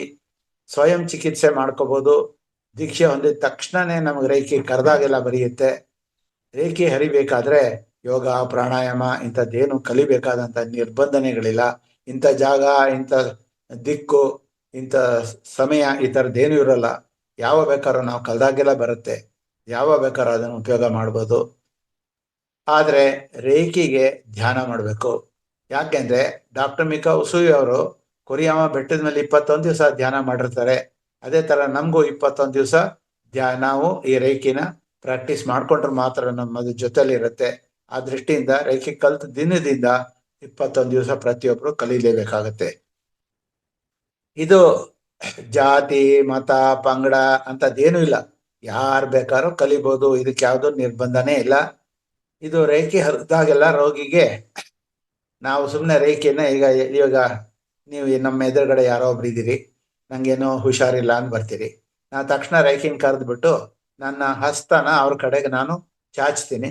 ನನ್ನ ಹಸ್ತಗಳನ್ನ ಅವರ ಮುಖದ ಕಡೆಗೆ ಚಾಚಿದ ತಕ್ಷಣ ರೇಖೆ ಹರಿಯೋಕೆ ಶುರು ಆಗುತ್ತೆ. ರೇಖೆ ತಾನೇ ಒಳಗಡೆ ಹೋಗಿ ಸಹಸ್ರಾರ ಚಕ್ರದಿಂದ ತಲೆ ಕಡೆಯಿಂದ ನಾವು ಯಾವೆಲ್ಲ ರೇಖೆ ಹರಿಸ್ತೀವಿ, ಅದು ಹರ್ಕೊಂಡು ದೇಹದಲ್ಲಿ 7 ಚಕ್ರಗಳು 7 ದೇಹಗಳು 72,000 ನಾಡಿಗಳಲ್ಲಿ ಎಲ್ಲ ಏನೇ ತೊಂದರೆ ಇದ್ರೂ ನಿವಾರಣೆ ಮಾಡುತ್ತೆ. ಆ ಥರ ಮಾಡುವಾಗ ಇದಕ್ಕೆ ಈ ರೇಖೆಗೆ ಏನು ಅಂದರೆ, ಎಲ್ಲಿದೆ ಕಷ್ಟ, ಯಾವ ನಮಗೆ ಒಟ್ಟು 12 ಅಂಗಾಂಗಗಳಿರುತ್ತೆ. ಯಾವ ಅಂಗಾಂಗದಲ್ಲಿ ತೊಂದರೆ ಇದೆ ಅಂತ ಹುಡುಕಿ ಆ ಜಾಗದೊಳಗಡೆ ಇರೋಂಥ ಅಂಗಾಂಗಗಳಲ್ಲಿರುವಂತಹ ಎಲ್ಲ ಬ್ಲಾಕೇಜಸ್ಸು, ಲೀಕೇಜಸ್ಸು, ಅಂದರೆ ಎಲ್ಲ ಕಾಯಿಲೆಗಳು ಕೂಡ ಅಡೆತಡೆಗಳಿಂದ ಮತ್ತು ಸೋರಿಕೆಗಳಿಂದ ಬರ್ತಾ ಇರುತ್ತೆ. ನಮ್ಮ ಒಂದು ಶಕ್ತಿ ಸೋರಿಕೆಯಿಂದ ಬರ್ತಾ ಇರುತ್ತೆ. ಅದು ಬ್ಲಾಕೇಜ್ ಅಂಡ್ ಲೀಕೇಜ್ ಅಂತ ಕರೀತಾರೆ. ಆ ಬ್ಲಾಕೇಜಸ್ ಎಲ್ಲಿರುತ್ತೆ ಅಂದ್ರೆ ನಮ್ಮ ಭೌತಿಕ ಶರೀರದ ಪಕ್ಕದೊಳಗಿರುವಂತಹ ಕಂಪನಾ ಶರೀರ, ಅದಕ್ಕೆ ಎಥರಲ್ ಬಾಡಿ ಅಂತ ಕರೀತಾರೆ. ಆ ಒಂದು ಎನರ್ಜಿ ಬಾಡಿ ಅದು. ಅಲ್ಲಿ 1 ಸೆಕೆಂಡ್ಗೆ 1 ಮಿಲಿಯನ್ ಟೈಮ್ 10 ಲಕ್ಷ ಸತಿ ಕಂಪನ ಬರ್ತಾ ಇರುತ್ತೆ. ಆ ಜಾಗದೊಳಗಡೆ ನಮ್ಮ ದೇಹದೊಳಗಡೆ ನಮ್ಮ ಈ ದೇಹ ಹೇಗಿದೆಯೋ ಅದೇ ತರಾನೇ ಅದು ಎನರ್ಜಿ ರೂಪದಲ್ಲಿ ಇರುತ್ತೆ. ಅಲ್ಲಿ ಎಲ್ಲ ಅಂಗಾಂಗಗಳು ಕೂಡ ಇರುತ್ತೆ. ಆ ಅಂಗಾಂಗಗಳಲ್ಲಿ ತೊಡಕಿದ್ರೆ ಅಲ್ಲಿ ಅಡೆತಡೆ ಇರುತ್ತೆ, ಬ್ಲಾಕೇಜಸ್ ಇದ್ರೆ ಪ್ಯಾಚಸ್ ಆಗಿ ಕಾಣುತ್ತೆ. ಇದನ್ನ ನೀವು ರೇಖೆ ಕಲೀಲಿಕ್ಕೆ 7ನೇ ತಾರೀಕು ಬಂದಾಗ ನಾವು ಇದನ್ನೆಲ್ಲ ಇದ್ರೊಳಗಡೆ ವಿಡಿಯೋದಲ್ಲಿ ತೋರಿಸ್ಬೋದು. ಹೀಗೆ ಇದು ರೇಖೆ ಎಷ್ಟು ಬೇಕೋ ಅಷ್ಟು ಹರಿಸುತ್ತೆ, ಅವಶ್ಯಕತೆ ತಕ್ಕಷ್ಟೇ ಹರಿಸುತ್ತೆ. ಇದು ಚಿಕಿತ್ಸೆ ಕಾಯಿಲೆ ಮೂಲದಿಂದಲೇ ನಿವಾರಣೆ ಮಾಡುತ್ತೆ. ಇದು ಸರಳ, ನೇರ, ಯಾವ ಒಂದು ಸೈಡ್ ಎಫೆಕ್ಟ್ ಇರೋಲ್ಲ, ಏನು ಇರೋಲ್ಲ. ನಾವು ಒಳಿತಿಗೋಸ್ಕರ, ಒಬ್ಬರ ಅಭಿವೃದ್ಧಿಗೋಸ್ಕರ ನಮ್ಮ ಹೆಜ್ಜೆಗೂ ಉಪಯೋಗ ಮಾಡ್ಬೋದು. ಪ್ರತಿಯೊಂದಕ್ಕೂ ಇಂಥದ್ದು ಅಂತಲ್ಲ, ನಮ್ಗೇನು ಬೇಕೋ ಅದನ್ನ ಕೇಳಿದ್ರೆ ಅದು ಖಂಡಿತವಾಗ್ಲೂ ನಮಗೆ ಕೊಟ್ಟೆ ಕೊಡುತ್ತೆ. ಸೊ ಹೀಗೆ ರೇಖೆಯನ್ನ ಕಲ್ತ್ಕೊಂಡು ನಾವು ಬೇಕಾದ್ ಪಡಿಬೋದು. ರೇಖೆ ಅದಕ್ಕೆ ಏನಂತ ಕರೀತಾರೆ ಅಂದ್ರೆ, ನಮ್ಮ ಇಚ್ಛೆ ಅನುಸಾರವಾಗಿ ನಾವು ಏನ್ ಬೇಕೋ ಅದನ್ನ ಬರೀತಾ ಹೋಗ್ಬೋದು. ಸೊ ರೇಖೆ ಒಂದು ಚಿಕಿತ್ಸಾ ವಿಧಾನ ಅಂತ ಮಾತ್ರ ಅಲ್ಲ, ಚೈತನ್ಯ ಚಿಕಿತ್ಸೆ ಅಂತ ಕರಿಬಹುದು ಇದನ್ನ. ಇದಕ್ಕೆ ಔಷಧಿಗಳು ಇಲ್ಲ, ಸಲಕರಣೆಗಳಿಲ್ಲ, ಯಾರೇ ಡಾಕ್ಟರ್ ತರ ಅದ್ಭುತವಾದಂತಹ ಒಂದು ಆಪರೇಷನ್ ಇಂಥದ್ದೇನೂ ಇಲ್ಲ. ತಲೆ ಒಳಗಡೆ ಒಂದು ಏನು ಟ್ಯೂಮರ್ ಇದೆ ಅಂತಂದ್ರೆ ರೇಖೆಯ ವಿಧಾನದಿಂದ ಆ ಟ್ಯೂಮರ್ ಕೂಡ ಕಿತ್ತು ಹಾಕ್ಬೋದು, ಆಪರೇಷನ್ ಇಲ್ದೇನೆ ತೆಗ್ದಾಕ್ಬೋದು ಅಂತೆಲ್ಲ ಈ ಹೈಯರ್ ಲೆವೆಲ್ ಅಲ್ಲಿ ನಾವು ನಿಮಗೆ ಕಲಿಸ್ಕೊಡ್ತೀವಿ. ಕಾಯಿಲೆಗಳು ಭೌತಿಕವಾಗಿ, ಮಾನಸಿಕವಾಗಿ, ಭಾವನಾತ್ಮಕವಾಗಿ ಇರುತ್ತೆ. ಯಾಕೆಂದ್ರೆ ನಮ್ಮ ದೇಹದಲ್ಲಿ ಈ ಭೌತಿಕ ಶರೀರ, ಭಾವನಾತ್ಮಕ ಶರೀರ, ಮಾನಸಿಕ ಶರೀರ, ಕಾರಣ ಶರೀರ ಅಂತ ಈ ತರ ಎಲ್ಲ ಒಟ್ಟು 7 ಶರೀರಗಳು ಇರುತ್ತೆ. ಆ ಒಂದೊಂದು ಶರೀರದಲ್ಲೂ ಒಂದೊಂದು ಗುಣಗಳು ಮತ್ತು ನೆನಪುಗಳು ಇರುತ್ತೆ, ಹಿಂದಿನ ಜನ್ಮಗಳದ್ದೆಲ್ಲ ಇರುತ್ತೆ. ಅಂಥದ್ನೆಲ್ಲ ನಾವು ನಿವಾರಿಸ್ಬೋದು. ಅದಕ್ಕೆ ಬೇಕಾಗಿರೋದೇನು ಅಂದ್ರೆ ಧ್ಯಾನ ಮಾಡಬೇಕು. ಧ್ಯಾನ ಇಲ್ಲ ಅಂದ್ರೆ ರೇಖೆ ಹರಿಯಲ್ಲ. ರೇಖೆ ದೈವ ಶಕ್ತಿಯಾಗಿರೋದ್ರಿಂದ ದೈವ ಶಕ್ತಿ ಬೇಕು ಅಂದ್ರೆ ನಾವು ಧ್ಯಾನ ಮಾಡಲೇಬೇಕು. ದಿನನಿತ್ಯದಲ್ಲಿ ಹೆಜ್ಜೆಗೆ ಬರುವಂತ ಎಲ್ಲಾ ರೀತಿ ಸಮಸ್ಯೆಗಳನ್ನು ನಿವಾರಣೆ ಮಾಡ್ಕೋಬಹುದು. ಶಾಂತಿಯಿಂದ ಜೀವನ ನಡೆಸೋದಕ್ಕೆ ನಮ್ಗೆ ಇದರಿಂದ ಸಹಾಯ ಆಗುತ್ತೆ. ರೇಖೆ ಕಲ್ತವರು ಸಂಸಾರದ ಪ್ರತಿ ಹಂತದಲ್ಲೂ ಕೂಡ ನಮ್ಮ ಅಭಿವೃದ್ಧಿಗೆ ಹೋಗ್ಬೇಕು ಅಂತಂದ್ರೆ, ನಮ್ಮ ಒಂದು ಜೀವನದಲ್ಲಿ ಮುಂದುವರಿಬೇಕು ಅಂತಂದ್ರೆ ಈ ರೇಖೆಯ ಸಹಾಯ ತಗೋತಾ ಹೋಗ್ಬೋದು. ಎಲ್ಲ ಕಾಯಿಲೆಗಳನ್ನ ಗುಣಪಡಿಸ್ಬೋದು. ಯಾವ ಸಮಸ್ಯೆ ಬೇಕಾದ್ರೂ ನಿವಾರಿಸ್ಕೋಬಹುದು. ಹೃದಯಕ್ಕೆ ಸಂಬಂಧಪಟ್ಟಂತ ಕಾಯಿಲೆಗಳಿದೆ, ಅದಕ್ಕೆ ಡಾಕ್ಟರ್ ಹತ್ರ ಹೋಗಿ ಕಾರ್ಡಿಯಾಲಜಿಸ್ಟ್ ಹತ್ರ ಹೋಗು, ಪಲ್ಮಲಾಲಜಿಸ್ಟ್ ಹತ್ರ ಹೋಗು, ಸ್ಕಿನ್ ಸ್ಪೆಷಲಿಸ್ಟ್ ಹತ್ರ ಹೋಗು, ಈ ಥರದ್ದು ಏನಿರೋಲ್ಲ. ಕ್ಯಾನ್ಸರ್, ಚರ್ಮ ಚಿಕಿತ್ಸೆ, ಚರ್ಮಕ್ಕಾಗಿರೋಂಥ ತೊಂದರೆ, ಸುಟ್ಟುಗಾಯ, ತುರಿಕೆ, ಮೂಳೆ ಮುರಿತ, ತಲೆನೋವು, ಶೀತ, ಫ್ಲೂ, ಗಂಟಲು ನೋವು, ಈ ಥರ ನೆನಪಿನ ಶಕ್ತಿ ಹೋಗಿದೆ, ಈ ಥರ ಲಕ್ವ ಹೊಡೆದಿದೆ, ಮಾನಸಿಕ ತೊಂದರೆ ಆಗಿದೆ, ಈ ಥರದ್ದೆಲ್ಲ ಟ್ಯೂಮರ್ ಆಗಿದೆ, ಸ್ಥೂಲಕಾಯ, ನಾನು ದಪ್ಪಕ್ಕಿದ್ದೀನಿ, ನಾನು ನಪುಂಸಕ, ನನಗೆ ಶಕ್ತಿ ಇಲ್ಲ, ನಿದ್ರಾಭಂಗ ಆಗ್ತಾ ಇದೆ, ರಾತ್ರಿ ನಿದ್ದೆ ಬರಲ್ಲ, ಈ ಥರದ ಹಲವಾರು ಮನುಷ್ಯನಿಗಿರುವಂಥ ತೊಂದರೆಗಳನ್ನ ರೇಖೆಯಿಂದ ತನಗೆ ತಾನೇ ಸ್ವಚಿಕಿತ್ಸೆಯಿಂದ ವಾಸಿ ಮಾಡ್ಕೋತಾ ಹೋಗ್ಬೋದು. ಸೊ ಮುಂದಕ್ಕೆ ಸೆಕೆಂಡ್ ಡಿಗ್ರಿ ಈ ತರ ರೇಖಿ ಒಳಗಡೆ ಫಸ್ಟು, ಸೆಕೆಂಡು, ಥರ್ಡು, ಈ ತರ ಫೋರ್ತ್, ಈ ತರ 4 ಹಂತಗಳಿರುತ್ತೆ. ಫಸ್ಟ್ ಡಿಗ್ರಿ ಅಂತ ಕರೀತಾರೆ ಇದನ್ನ. ಇದಾದ 21 ದಿವಸಕ್ಕೆ ಸೆಕೆಂಡ್ ಡಿಗ್ರಿ ಪಡಿಬಹುದು. ಸೆಕೆಂಡ್ ಡಿಗ್ರಿ ಒಳಗಡೆ ದೂರ ಸಂಪರ್ಕದಲ್ಲಿ, ಇವಾಗ ಇಲ್ಲಿಂದ ನಾವು ಅಮೆರಿಕಾದಲ್ಲಿರೋ ನನ್ನ ತಮ್ಮನಿಗೆ ಟ್ರೀಟ್ಮೆಂಟ್ ಕೊಡ್ಬೋದು, ಇಲ್ಲಿಂದ ಆಸ್ಟ್ರೇಲಿಯಾದಲ್ಲಿರೋ ನಮ್ಮ ಸ್ನೇಹಿತರಿಗೆ ಟ್ರೀಟ್ಮೆಂಟ್ ಕೊಡ್ಬೋದು. ಇದೆಲ್ಲದನ್ನೂ ದೂರ ಸಂಪರ್ಕ ವಿಧಾನ ಅಂತ ಇದು ಸೆಕೆಂಡ್ ಡಿಗ್ರಿಯಲ್ಲಿ ಕಲಿತೀರಿ. ಈ ತರ ಬೇಕಾದಷ್ಟು ಮಾಡ್ಕೋತಾ ಹೋಗ್ಬೋದು. ಇದರಿಂದ ರೋಗ ಗುಣಪಡಿಸೋದು ಬೇಗ ವಾಸಿ ಆಗುತ್ತೆ. ಇದೆಲ್ಲದನ್ನು ಹೌದು, ನಮ್ಮ ಆಸೆ ಆಕಾಂಕ್ಷೆಗಳನ್ನು ಈಡೇರಿಸ್ಕೋಬಹುದು. ಮಾನವ ಸಂಬಂಧದಲ್ಲಿ ಉತ್ತಮ ಸುಧಾರಣೆ, ಮಾತೆತ್ತಿದ್ರೆ ಈಗ ಡೈವೋರ್ಸ್ ಅಂತಾರೆ, ಅದನ್ನು ಕೂಡ ಸರಿ ಮಾಡಿಸ್ಕೋಬಹುದು.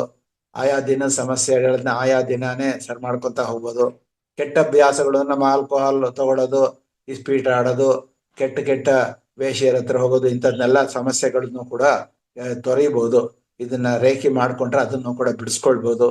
ಈ ತರ ಪ್ರಾಣಿ ಸಂಕುಲ ಹೇಗಿದೆಯೋ ಅದೇ ತರನೇ ಮಾನವನು ಇರ್ತಾನೆ. ಆ ಪ್ರಾಣಿಗೆ ಬುದ್ಧಿ ಇರೋಲ್ಲ, ಆದ್ರೆ ನಮಗೆ ಬುದ್ಧಿ ಇರುತ್ತೆ. ಮಾನವ ಎಲ್ಲ ಪದಾರ್ಥಗಳನ್ನು ಕೂಡ ನಾವು ಪ್ರತಿ ಮನೆಯಲ್ಲಿರುವಂತ ಪ್ರತಿಯೊಂದು ಇದನ್ನು ಹಾಳಾಗ್ದಂಗೆ ಅದಕ್ಕೆ ರೇಖಿ ಕವಚ ತೊಡಸ್ಬೋದು. ಹೊರಗಡೆ ಹೋಗೋವ್ರಿಗೆಲ್ಲ ರೇಖಿ ಶೀಲ್ಡಿಂಗ್ ಮಾಡ್ಬೋದು. ಸೊ ದಿವ್ಯ ಚಕ್ಷು ತೆರೆಸ್ಕೋಬಹುದು ನಾವು. ರೇಖಿ ಮಾಡ್ಕೊಂತ ಧ್ಯಾನದಲ್ಲಿ ನಮ್ಮ ದಿವ್ಯ ಚಕ್ಷು ಕೂಡ ತೆಗೆಯುತ್ತೆ. ಹಿಂಗಾಗಿ ಭೂತ, ಭವಿಷ್ಯ, ವರ್ತಮಾನ ಎಲ್ಲದನ್ನು ತ್ರಿಕಾಲ ಜ್ಞಾನಿಗಳಾಗಿ ನಾವು ತಿಳ್ಕೊಬಹುದು. ದೈನಂದಿನ ಚಟುವಟಿಕೆಗಳಲ್ಲಿ ಎಲ್ಲ ಸರಳವಾಗಿರುವಂತ ಭಾಸವಾಗುತ್ತೆ. ಸೂಕ್ತ ಪ್ರತಿಭೆಗಳನ್ನ ನಾವು ನಮಗೆ ಅಳವಡಿಸ್ಕೋಬಹುದು. ಮನಸ್ಸು ಶಾಂತಿಯಿಂದ ಇರುತ್ತೆ, ನೆನಪಿನ ಶಕ್ತಿ ಜಾಸ್ತಿ ಮಾಡ್ಕೋಬಹುದು. ಮಕ್ಕಳು, ಹುಡುಗರು ಎಲ್ಲರನ್ನ ಏಕಾಗ್ರತೆ, ನಿರ್ಧಾರ ತಗೊಳ್ಬಹುದು. ಆತ್ಮವಿಶ್ವಾಸ ಜಾಸ್ತಿ ಮಾಡ್ಕೋಬಹುದು. ಗೌರವನ ವೃದ್ಧಿ ಮಾಡ್ಕೋಬಹುದು. ಎಲ್ಲ ಕೆಲಸಗಳೆಲ್ಲ ಆನಂದ ಪಡಿಬಹುದು. ತನ್ನಷ್ಟಕ್ಕೆ ತಾನೇ ದೇಹದಲ್ಲಿ ಎಲ್ಲ ಕಾಯಿಲೆಗಳನ್ನ ಸರಿ ಮಾಡ್ಕೋಬಹುದು. ನೈಸರ್ಗಿಕವಾಗಿ ನಾವು ಚೆನ್ನಾಗಿ ಬದುಕಬಹುದು. ದೇಹ ಮನಸ್ಸುಗಳ ಸಮತೋಲನ ಮಾಡ್ಕೋಬಹುದು. ಹೀಗೆ ನಕಾರಾತ್ಮಕ ಆಲೋಚನೆಗಳನ್ನ ತೆಗೆದುಹಾಕ್ಬೋದು. ದೇಹದಲ್ಲಿರುವಂಥ ಎಲ್ಲ ಅಡೆತಡೆಗಳನ್ನು ನಿವಾರಣೆ ಮಾಡಿಕೊಂಡು ನಾವು ಸಂತೋಷವಾಗಿ ಬದುಕಬಹುದು. ಹೀಗೆ ಮೊದಲ ಡಿಗ್ರಿ ರೇಖಿ ಕಲ್ತ್ಕೊಂಡವರು 3-4 ತಿಂಗಳ ಕಾಲ ನಿರಂತರ ಸಾಧನೆ ಮಾಡಿದ್ರೆ ಅವರು ಮುಂದಿನ ದೂರದಲ್ಲಿ ಇರೋರ್ಗು ಸಹಾಯ ಮಾಡ್ಬೋದು. ನಾವು ಯಾರಿಗೆ ಹೀಲ್ ಮಾಡ್ತೀವೋ ರೇಖಿ ಒಳಗೆ ಒಂದು 50ರಿಂದ 60 ಕಾಯಿಲೆಗಳು 21 ದಿನದಲ್ಲೇ ವಾಸಿ ಆಗುತ್ತೆ. ಇಂಥದ್ದೇ ಕಾಯಿಲೆ ಅಂತ ನಮಗೇನು ಹೆಸರು ಬೇಕಾಗಿಲ್ಲ. ಕರ್ಮ ನಡೆಸ್ಕೋಬಹುದು. ಅದು ಯಾರೋ ಕರ್ಮನ ನಿವಾರಣೆ ಮಾಡೋಕ್ಕಾಗಲ್ಲ. ಸೊ ಈ ತರ ನಮ್ಮ ರೋಗ ನಿರೋಧಕ ಶಕ್ತಿ ನಮಗೆ ಹೆಚ್ಚಾಗುತ್ತೆ. ಅನಾವಶ್ಯಕವಾಗಿ ಡಾಕ್ಟರ್ ಕಾಯಿಲೆಗಳು ಅಂತ ಆಸ್ಪತ್ರೆಗೆ ಹೋಗಲ್ಲ. ಈ ತರ ಇಲ್ಲಿ ನಾವು ರೇಖೆಯಿಂದ ಬೇಕಾದಷ್ಟು ಪಡಿಬಹುದು. ಸೊ ಇಷ್ಟು ವಿಚಾರ ರೇಖಿ ಬಗ್ಗೆ ನಾನು ನಿಮ್ಗೆ ಹೇಳ್ತಾ ಇದ್ದೀನಿ. ಇದ್ರ ಜೊತೆಗೆ ಭಾನುವಾರ ದಿವಸ 8ನೇ ತಾರೀಕು ಸೈಕೋಲಿಂಗ್ವಿಸ್ಟಿಕ್ ಅಥವಾ ಬಲಮೆದುಳಿನ ಭಾಷೆ ಬಳಕೆ ಅಂತ ಒಂದಿದೆ. ಅಂದ್ರೆ ನಮ್ಮ ಒಂದು ಶರೀರದಲ್ಲಿ ಮೆದುಳು ಇರುತ್ತೆ. ಮೆದುಳಲ್ಲಿ 2 ಭಾಗ ಇರುತ್ತೆ. ಎಡಭಾಗ, ಬಲಭಾಗ, left brain, left hemisphere brain, right hemisphere brain ಅಂತ. ಆದರೆ ನಾವು ಏನು ಮನುಷ್ಯರಾಗಿ ಬದುಕಿದೀವೋ ನಾವೆಲ್ಲ ಕಲಿತಿರೋದೇ ಮೆದುಳು ಅಂದ್ರೆ ಒಂದು ಭಾಗ, ನಮ್ಮ ದೇಹದ ಒಂದು ಅಂಗ ಅಂತ ತಿಳ್ಕೊತೀವಿ. ಆದರೆ ಎಡಭಾಗದ ಮೆದುಳು ಕೇವಲ ಒಂದು ಭೌತಿಕವಾಗಿರುತ್ತೆ. ನಮ್ಮ ಜೀವನದಲ್ಲಿ ಪ್ರತಿದಿನ ನಾವು ಹೇಗೆ ಬದುಕ್ತಾ ಇದೀವೋ ಅದಕ್ಕೆ ಬೇಕಾಗಿರುವಂಥ ಪೂರಕವಾದಂತಹ ಒಂದು ಶಕ್ತಿನ ನಮ್ಮ ಮೆದುಳು ಕೊಡ್ತಾ ಇರುತ್ತೆ. ನಮ್ಮ ದೇಹದಲ್ಲಿ ಎಲ್ಲ 12 ಅಂಗಾಂಗಗಳನ್ನು ಕೂಡ ನಿಯಂತ್ರಣ ಮಾಡ್ತಿರುತ್ತೆ ಮಾನವನ ಮೆದುಳು. ಇದ್ರ ಜೊತೆಗೆ ನೋಡಕ್ ಹೋದ್ರೆ ಬಲ ಮೆದುಳಿಗೆ ತುಂಬಾ ಶಕ್ತಿ. ಇದ್ರ ಬಗ್ಗೆ ಹೆಚ್ಚಿನ ವಿಚಾರ ನಮ್ಮ ಋಷಿ ಮುನಿಗಳಿಗೆ ಧ್ಯಾನದಿಂದ ಗೊತ್ತಾಗ್ತಿತ್ತು. ಹಂಗಾಗಿ ಬಲ ಮೆದುಳು ಅಂದ್ರೆ ಅದ್ಭುತ. ಅದಕ್ಕೆ ನಮ್ಮ ಸುಪ್ತ ಮನಸ್ಸನ್ನ ನಾವು ಉಪಯೋಗ ಮಾಡ್ಕೋಬೇಕು. ಈಗ ನೀವೆಲ್ಲ ಧ್ಯಾನಿಗಳು, ಧ್ಯಾನ ಮಾಡಿದಾಗ ಏನಾಗುತ್ತೆ ಅಂದ್ರೆ ನಾವು ಎಚ್ಚರ ಮನಸ್ಸಿನಿಂದ ನಮ್ಮ ದೇಹ ಮರಿತೀವಿ, ಬಾಡಿ ಕಾನ್ಶಿಯಸ್ನೆಸ್ ಕಳ್ಕೊತೀವಿ. ನಾವು ಉಸಿರಾಟದ ಮೇಲೆ ಮಾತ್ರ ಗಮನ ಇರುತ್ತೆ. ಆವಾಗ ಏನಾಗುತ್ತೆ ಅಂದ್ರೆ ನಾವು ನಮ್ಮ ಹೊರ ಪ್ರಪಂಚ ಮರಿತೀವಿ. ನಮಗೇನು ಗೊತ್ತಿರೋಲ್ಲ, ನಮ್ಮ ದೇಹದ ಬಗ್ಗೆ ಪರಿವೇನೇ ಇರೋಲ್ಲ. ಆಗ ನಾವು ಆಂತರಿಕವಾಗಿ ಪ್ರಯಾಣ ಬೆಳೆಸ್ತಾ ಇರ್ತೀವಿ. ಆಂತರಿಕವಾದ ಪ್ರಯಾಣ ಅಂತಂದ್ರೆ ನಮ್ಮ ಒಳಗಡೆ ಎರಡು ತರ ಮನಸ್ಸಿರುತ್ತೆ ನಮಗೆ, ಹೊರ ಮನಸ್ಸು ಒಳ ಮನಸ್ಸು ಅಂತ. ಹೊರ ಮನಸ್ಸು ನಮ್ಮ ನಮ್ಮ ದೇಹದ ಜೊತೆ ಕೆಲಸ ಮಾಡುತ್ತೆ, ಪಂಚ ಇಂದ್ರಿಯಗಳ ಜೊತೆ ಕೆಲಸ ಮಾಡುತ್ತೆ. ಆದ್ರೆ ಒಳ ಮನಸ್ಸು ಅನ್ನೋದು ಅತೀಂದ್ರಿಯ ಶಕ್ತಿ ಪಡೆದಿರುತ್ತೆ. ಅದು ಒಳ ಮನಸ್ಸು ಅನ್ನೋದು ನಾವು ಧ್ಯಾನಕ್ಕೆ ಹೋದ ತಕ್ಷಣನೇ ನಮ್ಗೆ ಅತೀಂದ್ರಿಯ ಶಕ್ತಿ ಆಟೋಮೆಟಿಕ್ ಆಗಿ ಓಪನ್ ಆಗುತ್ತೆ. ಅದು ಸುಪ್ತ ಮನಸ್ಸು ಅಂತ ಕರೀತಾರೆ, ಸಬ್ ಕಾನ್ಶಿಯಸ್ ಮೈಂಡ್ ಅಂತ ಕರೀತಾರೆ. ಕಾನ್ಶಿಯಸ್ ಮೈಂಡ್ ಅಂದ್ರೆ ಎಚ್ಚರ ಸ್ಥಿತಿಯಲ್ಲಿರುವಾಗ, ಸಬ್ ಕಾನ್ಶಿಯಸ್ ಮೈಂಡ್ ಅಂತಂದ್ರೆ ನಾವು ಅರೆನಿದ್ರಾವಸ್ಥೆ ತಲುಪಿದಾಗ. ಆಗ ನಮಗೆ ಅತೀಂದ್ರಿಯ ಶಕ್ತಿಗಳಿರೋದ್ರಿಂದ ನಮ್ಮ ಬಲಮೆದುಳು ಎಚ್ಚರ ಆಗುತ್ತೆ. ಆವಾಗ ನೀವು ಏನೇನು ಸಂಕಲ್ಪ ಮಾಡ್ತೀರೋ ಅದೆಲ್ಲ ಸಿಗ್ತಾ ಹೋಗುತ್ತೆ. ಹೀಗೆ ಮಾನವನ ಮೆದುಳು ಒಂದು ರೋಚಕ ಲೋಕ ಅಂತ ಹೇಳ್ಬೋದು. ಅದರೊಳಗೂ ಬಲ ಮೆದುಳು ಸಾಣೆ ಕೊಟ್ಟಷ್ಟು ಹರಿತಗೊಳ್ಳುತ್ತೆ, ಬಗದಷ್ಟು ಆಳಕ್ಕಿಳಿಯೋ ಅಂತಹ ಜೀವ ಜಗತ್ತಿನ ಅಖಂಡ ವಿಸ್ಮಯಗಳ ಗಣಿ ಅಂತ ಕರೀಬಹುದು ಬಲ ಮೆದುಳನ್ನ. ನಿಗೂಢ ರಹಸ್ಯಗಳ ಅಸದೃಶ ಅಚ್ಚರಿಗಳ ಆಗರ ಅಂತ ಕಳಿಬಹುದು. ಇಂಥದ್ದು ನಮ್ಮ ಮಾನವನ ಮೆದುಳು. ಇದನ್ನ ಅರ್ಥನೇ ಮಾಡ್ಕೊಂಡಿರೋಲ್ಲ, ಯಾರು ಹೇಳೇ ಇರಲ್ಲ. ಯಾಕೆ ಅಂದ್ರೆ ನಮ್ಮ ಋಷಿ ಮುನಿಗಳಿಗೆ ಗೊತ್ತಿತ್ತು, ಇದು ಯಾರಿಗೂ ಹೇಳೋದು ಇಲ್ಲ, ಯಾರಿಗೂ ಗೊತ್ತೂ ಇಲ್ಲ. ಇದನ್ನ ಧ್ಯಾನಿಗಳಿಗೆ ಮಾತ್ರ ಗೊತ್ತಾಗುತ್ತೆ. ಆ ದೃಷ್ಟಿಯಿಂದ ಅದರ ಬಗ್ಗೆ ಹೇಗೆ ನಾವು ಈ ಬಲ ಮೆದುಳನ್ನ ನಾವು ಅದ್ರ ಬಗ್ಗೆ ತಿಳ್ಕೋಬೇಕು, ಅದನ್ನ ಹೇಗೆ ಮಾಡ್ಬೇಕು ಅಂತ ತಿಳ್ಕೊಳ್ಳೋದಕ್ಕೆ 8ನೇ ತಾರೀಕು ಫೆಬ್ರವರಿ ನಿಮ್ಗೆ ಅದ್ಭುತ ಅವಕಾಶ ಇದೆ, ಅದನ್ನ ಕಲಿಬಹುದು. ಮಾನವನ ಮೆದುಳು ಒಂದು ಪರಮಾಣು ರಿಯಾಕ್ಟರ್ ಇದ್ದಂಗೆ, ಅತಿ ವೇಗದ ಶಕ್ತಿಶಾಲಿ ಆರ್ಟಿಫಿಷಿಯಲ್ ಇಂಟೆಲಿಜೆನ್ಸ್ ಅನ್ನೋದನ್ನು ಕೂಡ ಸೃಷ್ಟಿ ಮಾಡಿರುವಂತ ಪರಬ್ರಹ್ಮ ಕೊಟ್ಟಂತ ಒಂದು ಅದ್ಭುತ ಜೈವಿಕ ಯಂತ್ರ ಅಂದ್ರೆ ಬಲಮೆದುಳು. ಇದು ಎಡ ಮತ್ತು ಬಲಮೆದುಳು ಜೊತೆಯಾಗಿದ್ರು ಕೂಡ, ಮಾನವನ ಅಂಗನೇ ಆಗಿದ್ರು ಕೂಡ ಅವೆರಡರ ಕಾರ್ಯನಿರ್ವಹಣೆ ವಿಭಿನ್ನವಾಗಿರುತ್ತೆ. ಎಡಮೆದುಳು ಕೇವಲ ಭೌತಿಕವಾಗಿರುತ್ತೆ, ಹೊರ ಮನಸ್ಸಿನೊಳಗೆ ಕೆಲಸ ಮಾಡುತ್ತೆ ಅಂತ ಹೇಳಿದೆ. ಬಲಮೆದುಳು ಆಧ್ಯಾತ್ಮಿಕ ತವರೂರು, ಇದಕ್ಕೆ ಸ್ಪಿರಿಚುವಲ್ ಬ್ರೈನ್ ಅಂತ ಕರೀತಾರೆ.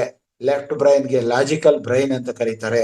ಪಾರಮಾರ್ಥಿಕವಾಗಿ ಕಾರಣ ನೋಡದೆ ಕೆಲಸ ಮಾಡುವಂಥದ್ದು ಅಂದ್ರೆ ನಮ್ಮ ಬಲಮೆದುಳು. ದೇಹದ ಅನೈಚ್ಛಿಕ ಕಾರ್ಯಕ್ರಮಗಳಾದಂತಹ ನಮ್ಮ ದೇಹದೊಳಗಡೆ ಉಸಿರಾಟ, ಪಚನ ಕ್ರಿಯೆ, ವಿಸರ್ಜನಾ ಕ್ರಿಯೆ, ರಕ್ತ ಪರಿಚಲನೆ, ಇದೆಲ್ಲದನ್ನು ಬಲಮೆದುಳು ಮಾಡಿಸ್ತಾನೆ ಇರುತ್ತೆ. ಜನ್ಮ ಪಡೆದ ನಂತರ ನಾವು ಕೊನೆ ಉಸಿರು ಬಿಡುವ ತನಕ ಈ ಎಲ್ಲ ಅಂಗಾಂಗಗಳು ತನ್ನ ಪಾಡಕ್ಕೆ ತಾನು ನಮ್ಮ ಒಂದು ಎಚ್ಚರ ಸ್ಥಿತಿಯಿಂದ ನಿದ್ರಾ ಸ್ಥಿತಿಯಲ್ಲಿದ್ರೂ ಕೂಡ ಇದೆಲ್ಲ ಕಾರ್ಯಕ್ರಮಗಳು ನಡೀತಾನೆ ಇರುತ್ತೆ. ಅನೈಚ್ಛಿಕ ಕಾರ್ಯಕ್ರಮಗಳಿವು, ಇದಕ್ಕೆ ಇನ್ವಾಲಂಟ್ರಿ ಫಂಕ್ಷನ್ಸ್ ಅಂತ ಕರೀತಾರೆ. ಅದು ನಡೀತಾನೆ ಇರುತ್ತೆ. ಅದಕ್ಕೆ ಬಲಮೆದುಳು ಕಾರಣ. ಮಿತಿ ಇಲ್ಲದ ಬುದ್ಧಿವಂತಕ್ಕೆ, ಜಾಣತನ, ಯಶಸ್ಸಿಗೆ ಕಾರಣಕರ್ತನಾಗಂತ ಈ ಬಲಮೆದುಳು ಅಂತ ಏನಿದೆಯೋ ಅದು ಈ ಎಡಮೆದುಳಿಗೆ ಏನೇನ್ ಮಾಡುತ್ತೋ ಪಾಠ ಕಲಿಯೋಕ್ಕೆ ಎಲ್ಲ ಕಲೀಲಿಕ್ಕೆ ಒದ್ದಾಡ್ತೀವಿ ನಾವು. ಅದರ 9 ಪಟ್ಟು ಶಕ್ತಿಶಾಲಿ ನಮ್ಮ ಬಲಮೆದುಳು. ಹೀಗೆ ಈ ಎಲ್ಲ ಸಮಸ್ಯೆಗಳನ್ನು ಪರಿಹರಿಸೋ ಶಕ್ತಿ ಬಲಮೆದುಳಿಗಿದೆ. ಅತೀಂದ್ರಿಯ ಶಕ್ತಿಗಳಾದಂಥ psycho healing, psychic healing, clairvoyance, clairaudience, telepathy, aura reading, precognition, ಈ ತರ ಒಂದೊಂದನ್ನು ಇದನ್ನ ನಿಮಗೆ 9ನೇ ತಾರೀಕು ನೀವು ಬಂದಾಗ ಇದನ್ನ ಏನೇನು ಅಂತ ನಾ ಹೇಳ್ತಾ ಹೋಗ್ತೀನಿ. ಈಗ ಸಮಯ ಇಲ್ಲ. ಈ ತರ ಗುಪ್ತ ಸಂಪತ್ತಿನ ಆಗರ ನಮ್ಮ ಬಲಮೆದುಳು. ಬಲಮೆದುಳು ಅತೀಂದ್ರಿಯ ಭಾಷೆ, ಸಂಕೇತಗಳ ರೂಪದಲ್ಲಿ ಮಾತ್ರ ಅದಕ್ಕೆ ಅರ್ಥ ಆಗುತ್ತೆ. ನಮ್ದು ಯಾವ ಭಾಷೆನೂ ಇಂಗ್ಲಿಷು ಕನ್ನಡ ಯಾವುದೂ ಅರ್ಥ ಆಗಲ್ಲ. ಅದಕ್ಕೆ ತನ್ನದೇ ಆದಂತ ಒಂದು ಭಾಷೆ ಇದೆ. ಆ ಸಕ್ರಿಯವಾಗಿ ಆ ಭಾಷೆಯನ್ನ ನಾವು ಸುಪ್ತ ಮನಸ್ಸಿನ ಜೊತೆಲೇ ಕೆಲಸ ಮಾಡುತ್ತದು. ಸುಪ್ತ ಮನಸ್ಸನ್ನು ಉಪಯೋಗ ಮಾಡಿಕೊಂಡು ಬಲಮೆದುಳಿಗೆ ನಾವು ಅದರ ಭಾಷೆಯಲ್ಲೇ ನಾವು ಸಂಕಲ್ಪಗಳನ್ನ ಕೊಟ್ಟಿದ್ದೇ ಆದ್ರೆ ಅದು ನಮಗೆ ಬೇಕಾದನ್ನು ಕೊಟ್ಟೇ ಕೊಡುತ್ತೆ. ಬಲಮೆದುಳಿಗೆ ಸಾಟಿ ಅಂತ ಹೇಳ್ಬೋದು. ಬಲಮೆದುಳನ್ನ ನಾವು ನೋಡೋಕ್ಕಾಗಲ್ಲ, ಅದು ನಮ್ಮ ಮೆದುಳಿನ ಒಂದು ಅವಳಿ ಭಾಗ. ಅದು ನಮ್ಮ ಸ್ನೇಹಿತ, ಸೌಹಾರ್ದಯುತವಾದಂತಹ ಸಹಾಯಕ, ಮಾಂತ್ರಿಕ. ಇದು ನಮ್ಮನ್ನು ಒಳಿತಿಗೆ, ನಮ್ಮ ಶಕ್ತಿ ಸ್ವರೂಪ. ಅದು ಒಳಿತನ್ನೇ ಬಯಸುತ್ತದು. ನಮ್ಮ ಸಹೋದರ ಅಂತ ಕರಿಬಹುದು. ಇದೊಂದು ನಮ್ಮ ಅವಳಿ ಅಂತ ಹೇಳಿಬಹುದು. ಈ ಅದ್ಭುತ ದೈವಿಕ ಕಲಿಕೆಗೆ ಪೂರ್ವಜರಿಗೆ ದೀರ್ಘ ತಪಸ್ಸಿನಿಂದ ಗೊತ್ತಿತ್ತು ಅಂತ ಹೇಳಿದೆ. ಇದಕ್ಕೆ ಒಂದು ಸಾಂಕೇತಿಕ ಭಾಷೆ ಇದೆ, ಇದಕ್ಕೆ ಕಲೀಲೇಬೇಕು ಆ ಸಾಂಕೇತಿಕ ಭಾಷೆ. ಇಲ್ಲ ಅಂದ್ರೆ ಬಲಮೆದುಳನ್ನ ಉಪಯೋಗ ಮಾಡಕ್ ಬರೋಲ್ಲ. ಅದು ನಮ್ಮ ಆಜ್ಞಾ ಪಾಲಕ, ನಮ್ಮ ಬಲಮೆದುಳು. ನೀನೇನ್ ಇಷ್ಟಾರ್ಥಗಳನ್ನ ಏನ್ ಬೇಕಾದ್ರೂ ಪಡಿಬಹುದು ಬಲಮೆದುಳಿನ ಮೂಲಕ. ಏನೇನ್ ಪಡಿಬಹುದು ಅಂತ ಸಣ್ಣದಾಗಿ ಹೇಳೋದಾದ್ರೆ, ನೆನಪಿನ ಶಕ್ತಿ ಜಾಸ್ತಿ ಮಾಡ್ಕೋಬಹುದು, ಕ್ರಿಯಾತ್ಮಕ ಸೃಜನಾತ್ಮಕ ಚಿಂತನೆಗಳನ್ನ ಪಡಿಬಹುದು. ಅಂದ್ರೆ ಸೃಷ್ಟಿ, ನಾವೇನ್ ಬೇಕಾದ್ರೆ ಈಗ ಏರೋಪ್ಲೇನ್ ಕಂಡುಹಿಡಿದಿದೀವಿ, ಯಾವ್ದೋ ಈಗೆಲ್ಲ ಬಾಂಬ್ಗಳು ಕಂಡುಹಿಡಿದಿದೀವಿ, ಎಷ್ಟೊಂದಿದೆ, ಏನೇನ್ ಬೇಕೋ ಅದೆಲ್ಲ ಮನೆಯಲ್ಲಿ. ಫ್ಯಾನ್ ಇದೆ, ಫೋನ್ ಇದೆ, ಮೊಬೈಲ್ ಇದೆ. ಈಗ ನಾವೇನ್ ಮಾತಾಡ್ತಿದೀವೋ ಅದೆಲ್ಲದನ್ನು ಕೂಡ ನಾವೇ ಕಂಡುಹಿಡಿದಿರೋದು ಅದೆಲ್ಲ ಬಲ ಮೆದುಳಿನ ಸಹಾಯದಿಂದ ಮಾಡಿದೀವಿ. ಮೆದುಳಿನ ಹೆಚ್ಚು ಭಾಗನ ಬಳಸ್ಬೇಕು ಅಂತ ಇಷ್ಟ ಇದ್ರೆ ನಾವು ಧ್ಯಾನಕ್ಕೆ ಹೋಗ್ಬೇಕು. ಧ್ಯಾನದಿಂದ ಸುಪ್ತ ಶಕ್ತಿನ, ಸುಪ್ತ ಮನಸ್ಸನ್ನ ಎಚ್ಚರ ಮಾಡ್ಕೋಬೇಕು. ಸುಪ್ತ ಮನಸ್ಸಿನ ಮೂಲಕ ನಮ್ಮ ಒಂದು ಬಲ ಮೆದುಳನ್ನ ನಾವು ಚಟುವಟಿಕೆಗೆ ತಗೊಂಡ್ಬರ್ಬೇಕು. ಚಟುವಟಿಕೆಗೆ ತಂದ ಮೇಲೆ ನಾವು ಕೇಳಿದ್ದನ್ನು ಕೊಡ್ತಾ ಹೋಗುತ್ತೆ. ಕಷ್ಟ, ನೋವು, ಕಾಯಿಲೆ, ದುಃಖ, ನಷ್ಟ ಇದರಿಂದ ಎಲ್ಲ ಹೊರಬರಬೇಕು ಅಂದ್ರೆ ಬಲ ಮೆದುಳು ಸಹಾಯ ತಗೋಬೇಕು. ಕಲಾತ್ಮಕತೆ ಒಳಗಡೆ ಅದ್ಭುತ, ಎಷ್ಟೋ ಜನ ಅದ್ಭುತವಾದಂತಹ ಚಿತ್ರಗಾರರಾಗಿರ್ತಾರೆ. ಈಗ ಬೇಲೂರು ಹಳೆಬೀಡುಗಳೆಲ್ಲ ಎಂಥ ಅದ್ಭುತವಾದ ಇದನ್ನ ಕಲೆನ ಮಾಡಿದ್ದಾರೆ. ಆ ದೇವಸ್ಥಾನಗಳನ್ನು ಕಟ್ಟಿದ್ದಾರೆ. ನಮ್ಮ ದೇಶದಲ್ಲಿ ಇರೋಷ್ಟು ದೇವಸ್ಥಾನ ಯಾವ ದೇಶದಲ್ಲೂ ಇಲ್ಲ. ಇದೆಲ್ಲದಕ್ಕೂ ಕಾರಣ ಏನಂದ್ರೆ ಬಲ ಮೆದುಳು. ಇದು ವೈರಿಗಳಿಂದ ರಕ್ಷಿಸ್ಕೋಬೇಕು ಅಂದ್ರೂ ಕೂಡ ಬಲ ಮೆದುಳು ಸಹಾಯ ತಗೋಬಹುದು. ಸಾಧಾರಣ ಜೀವನಕ್ಕಿಂತ 9 ಪಟ್ಟು ಫಲದಾಯಕವಾಗಿ ಬದುಕಬಹುದು. ನಾವು ಸಂಬಂಧಗಳನ್ನು ಉತ್ತಮ ಪಡಿಸ್ಕೋಬಹುದು. ನಮ್ಮ ಸಬ್ ಕಾನ್ಶಿಯಸ್ ಮೈಂಡ್ ಮೂಲಕ ನಮ್ಮ ಬಲ ಮೆದುಳಿಗೆ ನಮಗೂ ನನ್ನ ವೈರಿಗೂ ಇರುವಂತಹ ಒಂದು ಕೆಟ್ಟ ಬುದ್ಧಿನ ಬಿಡಿಸ್ಕೊಳ್ಬಹುದು. ಇವತ್ತಿನ ದಿವಸ ಟ್ರಂಪ್ ಆಗ್ಲಿ, ಈ ರಷ್ಯಾ ದೇಶದ ಪುಟಿನ್ ಆಗ್ಲಿ, ಅವರೆಲ್ಲರನ್ನು ಬರೀ ಯುದ್ಧ ಮಾಡ್ತಾ ಇದ್ದಾರೆ. ಆ ಯುದ್ಧದಿಂದ ನಾವು ನಿಲ್ಸಿ ಅಂತ ನಾವು ಸಬ್ ಕಾನ್ಶಿಯಸ್ ಮೈಂಡ್ ಮೂಲಕ ಅವ್ರಿಗೆ ಕೋರ್ಕೊಂಡಿದ್ದಾರೆ. ನಮ್ಮ ಬಲ ಮೆದುಳು ಅವರ ಬಲ ಮೆದುಳನ್ನು ತಲುಪಿ ಅದರ ಮೂಲಕ ಅವ್ರಿಗೆ ಒಳ್ಳೆ ಬುದ್ಧಿ ಕೊಡ್ಬೋದು. ಹೀಗೆ ಒಳ ಮನಸ್ಸು, ಕ್ಷೇತ್ರಜ್ಞಾನ, ವಸ್ತುಗಳ ಗಾತ್ರ, ಆಕಾರ, ಅಂತರ, ನೋಟ, ಸ್ಪರ್ಶ, ಶ್ರವಣ, ಸಂಜ್ಞೆಗಳು, ಗ್ರಹಿಕೆಯಲ್ಲಿ ಅಸಾಧಾರಣವಾದಂತಹ ಪರಿಚಯ, ಮುಖಗಳ ಪರಿಚಯ, ರಾಗಗಳ ಗ್ರಹಿಸೋದು, ಅವ್ಯಕ್ತವಾಗಿ ಅಡಕೊಂಡಿರುವಂತಹ ಈ ಸುಪ್ತ ಶಕ್ತಿನ ಒಳ ಮನಸ್ಸಿನೊಳಗೆ ಕೂಡಿ ಹೊರಹೊಮ್ಮಿಸ್ಬೇಕು ಅಂತ ಒಂದು ಕಾರ್ಯಕ್ರಮ 9ನೇ ತಾರೀಕು ಇರುತ್ತೆ. ನಮ್ಮ ಜೀವನದಲ್ಲಿ ಹೆಚ್ಚಿನ ಸಂತೋಷ ಪಡಿಬೇಕು ಅಂದ್ರೆ ಎಡ ಮತ್ತು ಬಲ ಮೆದುಳುಗಳನ್ನ ಒಟ್ಟಿಗೆ ನಾವು ಉಪಯೋಗ ಮಾಡ್ಕೋಬೇಕು. ಒಳ ಮನಸ್ಸಿನೊಳಗೆ ಚಾರ್ಜ್ ಮಾಡಿಕೊಂಡು ಲಾಭ ಪಡಿಬೇಕು. ಈ ಚಾರ್ಜ್ ಮಾಡುವಂತ ವಿಧಾನನ 9ನೇ ತಾರೀಕು ಹೇಳ್ಕೊಡ್ತೀವಿ. ಇದಕ್ಕೆ ಇಷ್ಟು ಒಂದು ಹಣ ಕೊಟ್ಟು ನೀವು ರಿಜಿಸ್ಟರ್ ಮಾಡ್ಕೋಬೇಕು. ನೀವೆಲ್ಲರನ್ನು ರಿಜಿಸ್ಟರ್ ಮಾಡಿಕೊಂಡು 9ನೇ ತಾರೀಕಿನ ದಿವಸ ಖಂಡಿತವಾಗ್ಲೂ ನಮ್ಮ ಜೊತೆಯಲ್ಲಿ ಪಾಲ್ಗೊಂಡು ಈ 7 ಮತ್ತು 8ನೇ ತಾರೀಕು, 7ನೇ ತಾರೀಕು ರೈಕಿ 1ನೇ ಡಿಗ್ರಿ, 8ನೇ ತಾರೀಕು ಬಲ ಮೆದುಳಿನ ಭಾಷೆ ಬಳಕೆ, ಎರಡನ್ನೂ ಕೂಡ ಖಂಡಿತವಾಗ್ಲೂ ಕಲಿತು ಈ ಬಲ ಮೆದುಳಿನ ಭಾಷೆ ಏನು, ಅದ್ರ ವಿದ್ಯೆ ಅಂದ್ರೆ ಏನು, ಅದ್ರ ಗುಪ್ತ ಸಂಕೀರ್ಣ ಅಂದ್ರೆ ಏನು, ಇದು ಒಲಿಸ್ಕೋಬೇಕಾದ್ರೆ ಯಾವ ತರ ದೈವ ಶಕ್ತಿ ಪಡಿಬೇಕು, ಇದೆಲ್ಲ ತಿಳ್ಕೊಳ್ಳೋಣ. ಇಷ್ಟು ವಿಚಾರ ಹೇಳೋದಕ್ಕೆ ನಾನು ಇಷ್ಟಪಡ್ತೀನಿ. ಇದಕ್ಕೆ ಅವಕಾಶ ಕೊಟ್ಟಂತಹ ನಮ್ಮ ಈ ಮಹಾವತಾರ್ ಫೌಂಡೇಶನ್ಗೆ ಈ ಮಹಾವತಾರ್ ಫೌಂಡೇಶನ್ ಇರೋಂತಹ ನಮ್ಮ ಇವ್ರಿಗೂ ಕೂಡ ಡಾಕ್ಟರ್ ರಂಗನಾಥ್ ಅವರಿಗೆ ನಾನು ನನ್ನ ಧನ್ಯವಾದಗಳನ್ನು ಅರ್ಪಿಸ್ತಾ ಇಲ್ಲಿ ನೆರೆದಿರುವಂತಹ ಎಲ್ಲ ನಮ್ಮ ಧ್ಯಾನ ಬಂಧುಗಳಿಗೂ ನಮಸ್ಕಾರ ಮಾಡ್ತಾ ನಾನು 2 ಮಾತು ಮುಗಿಸ್ತೀನಿ.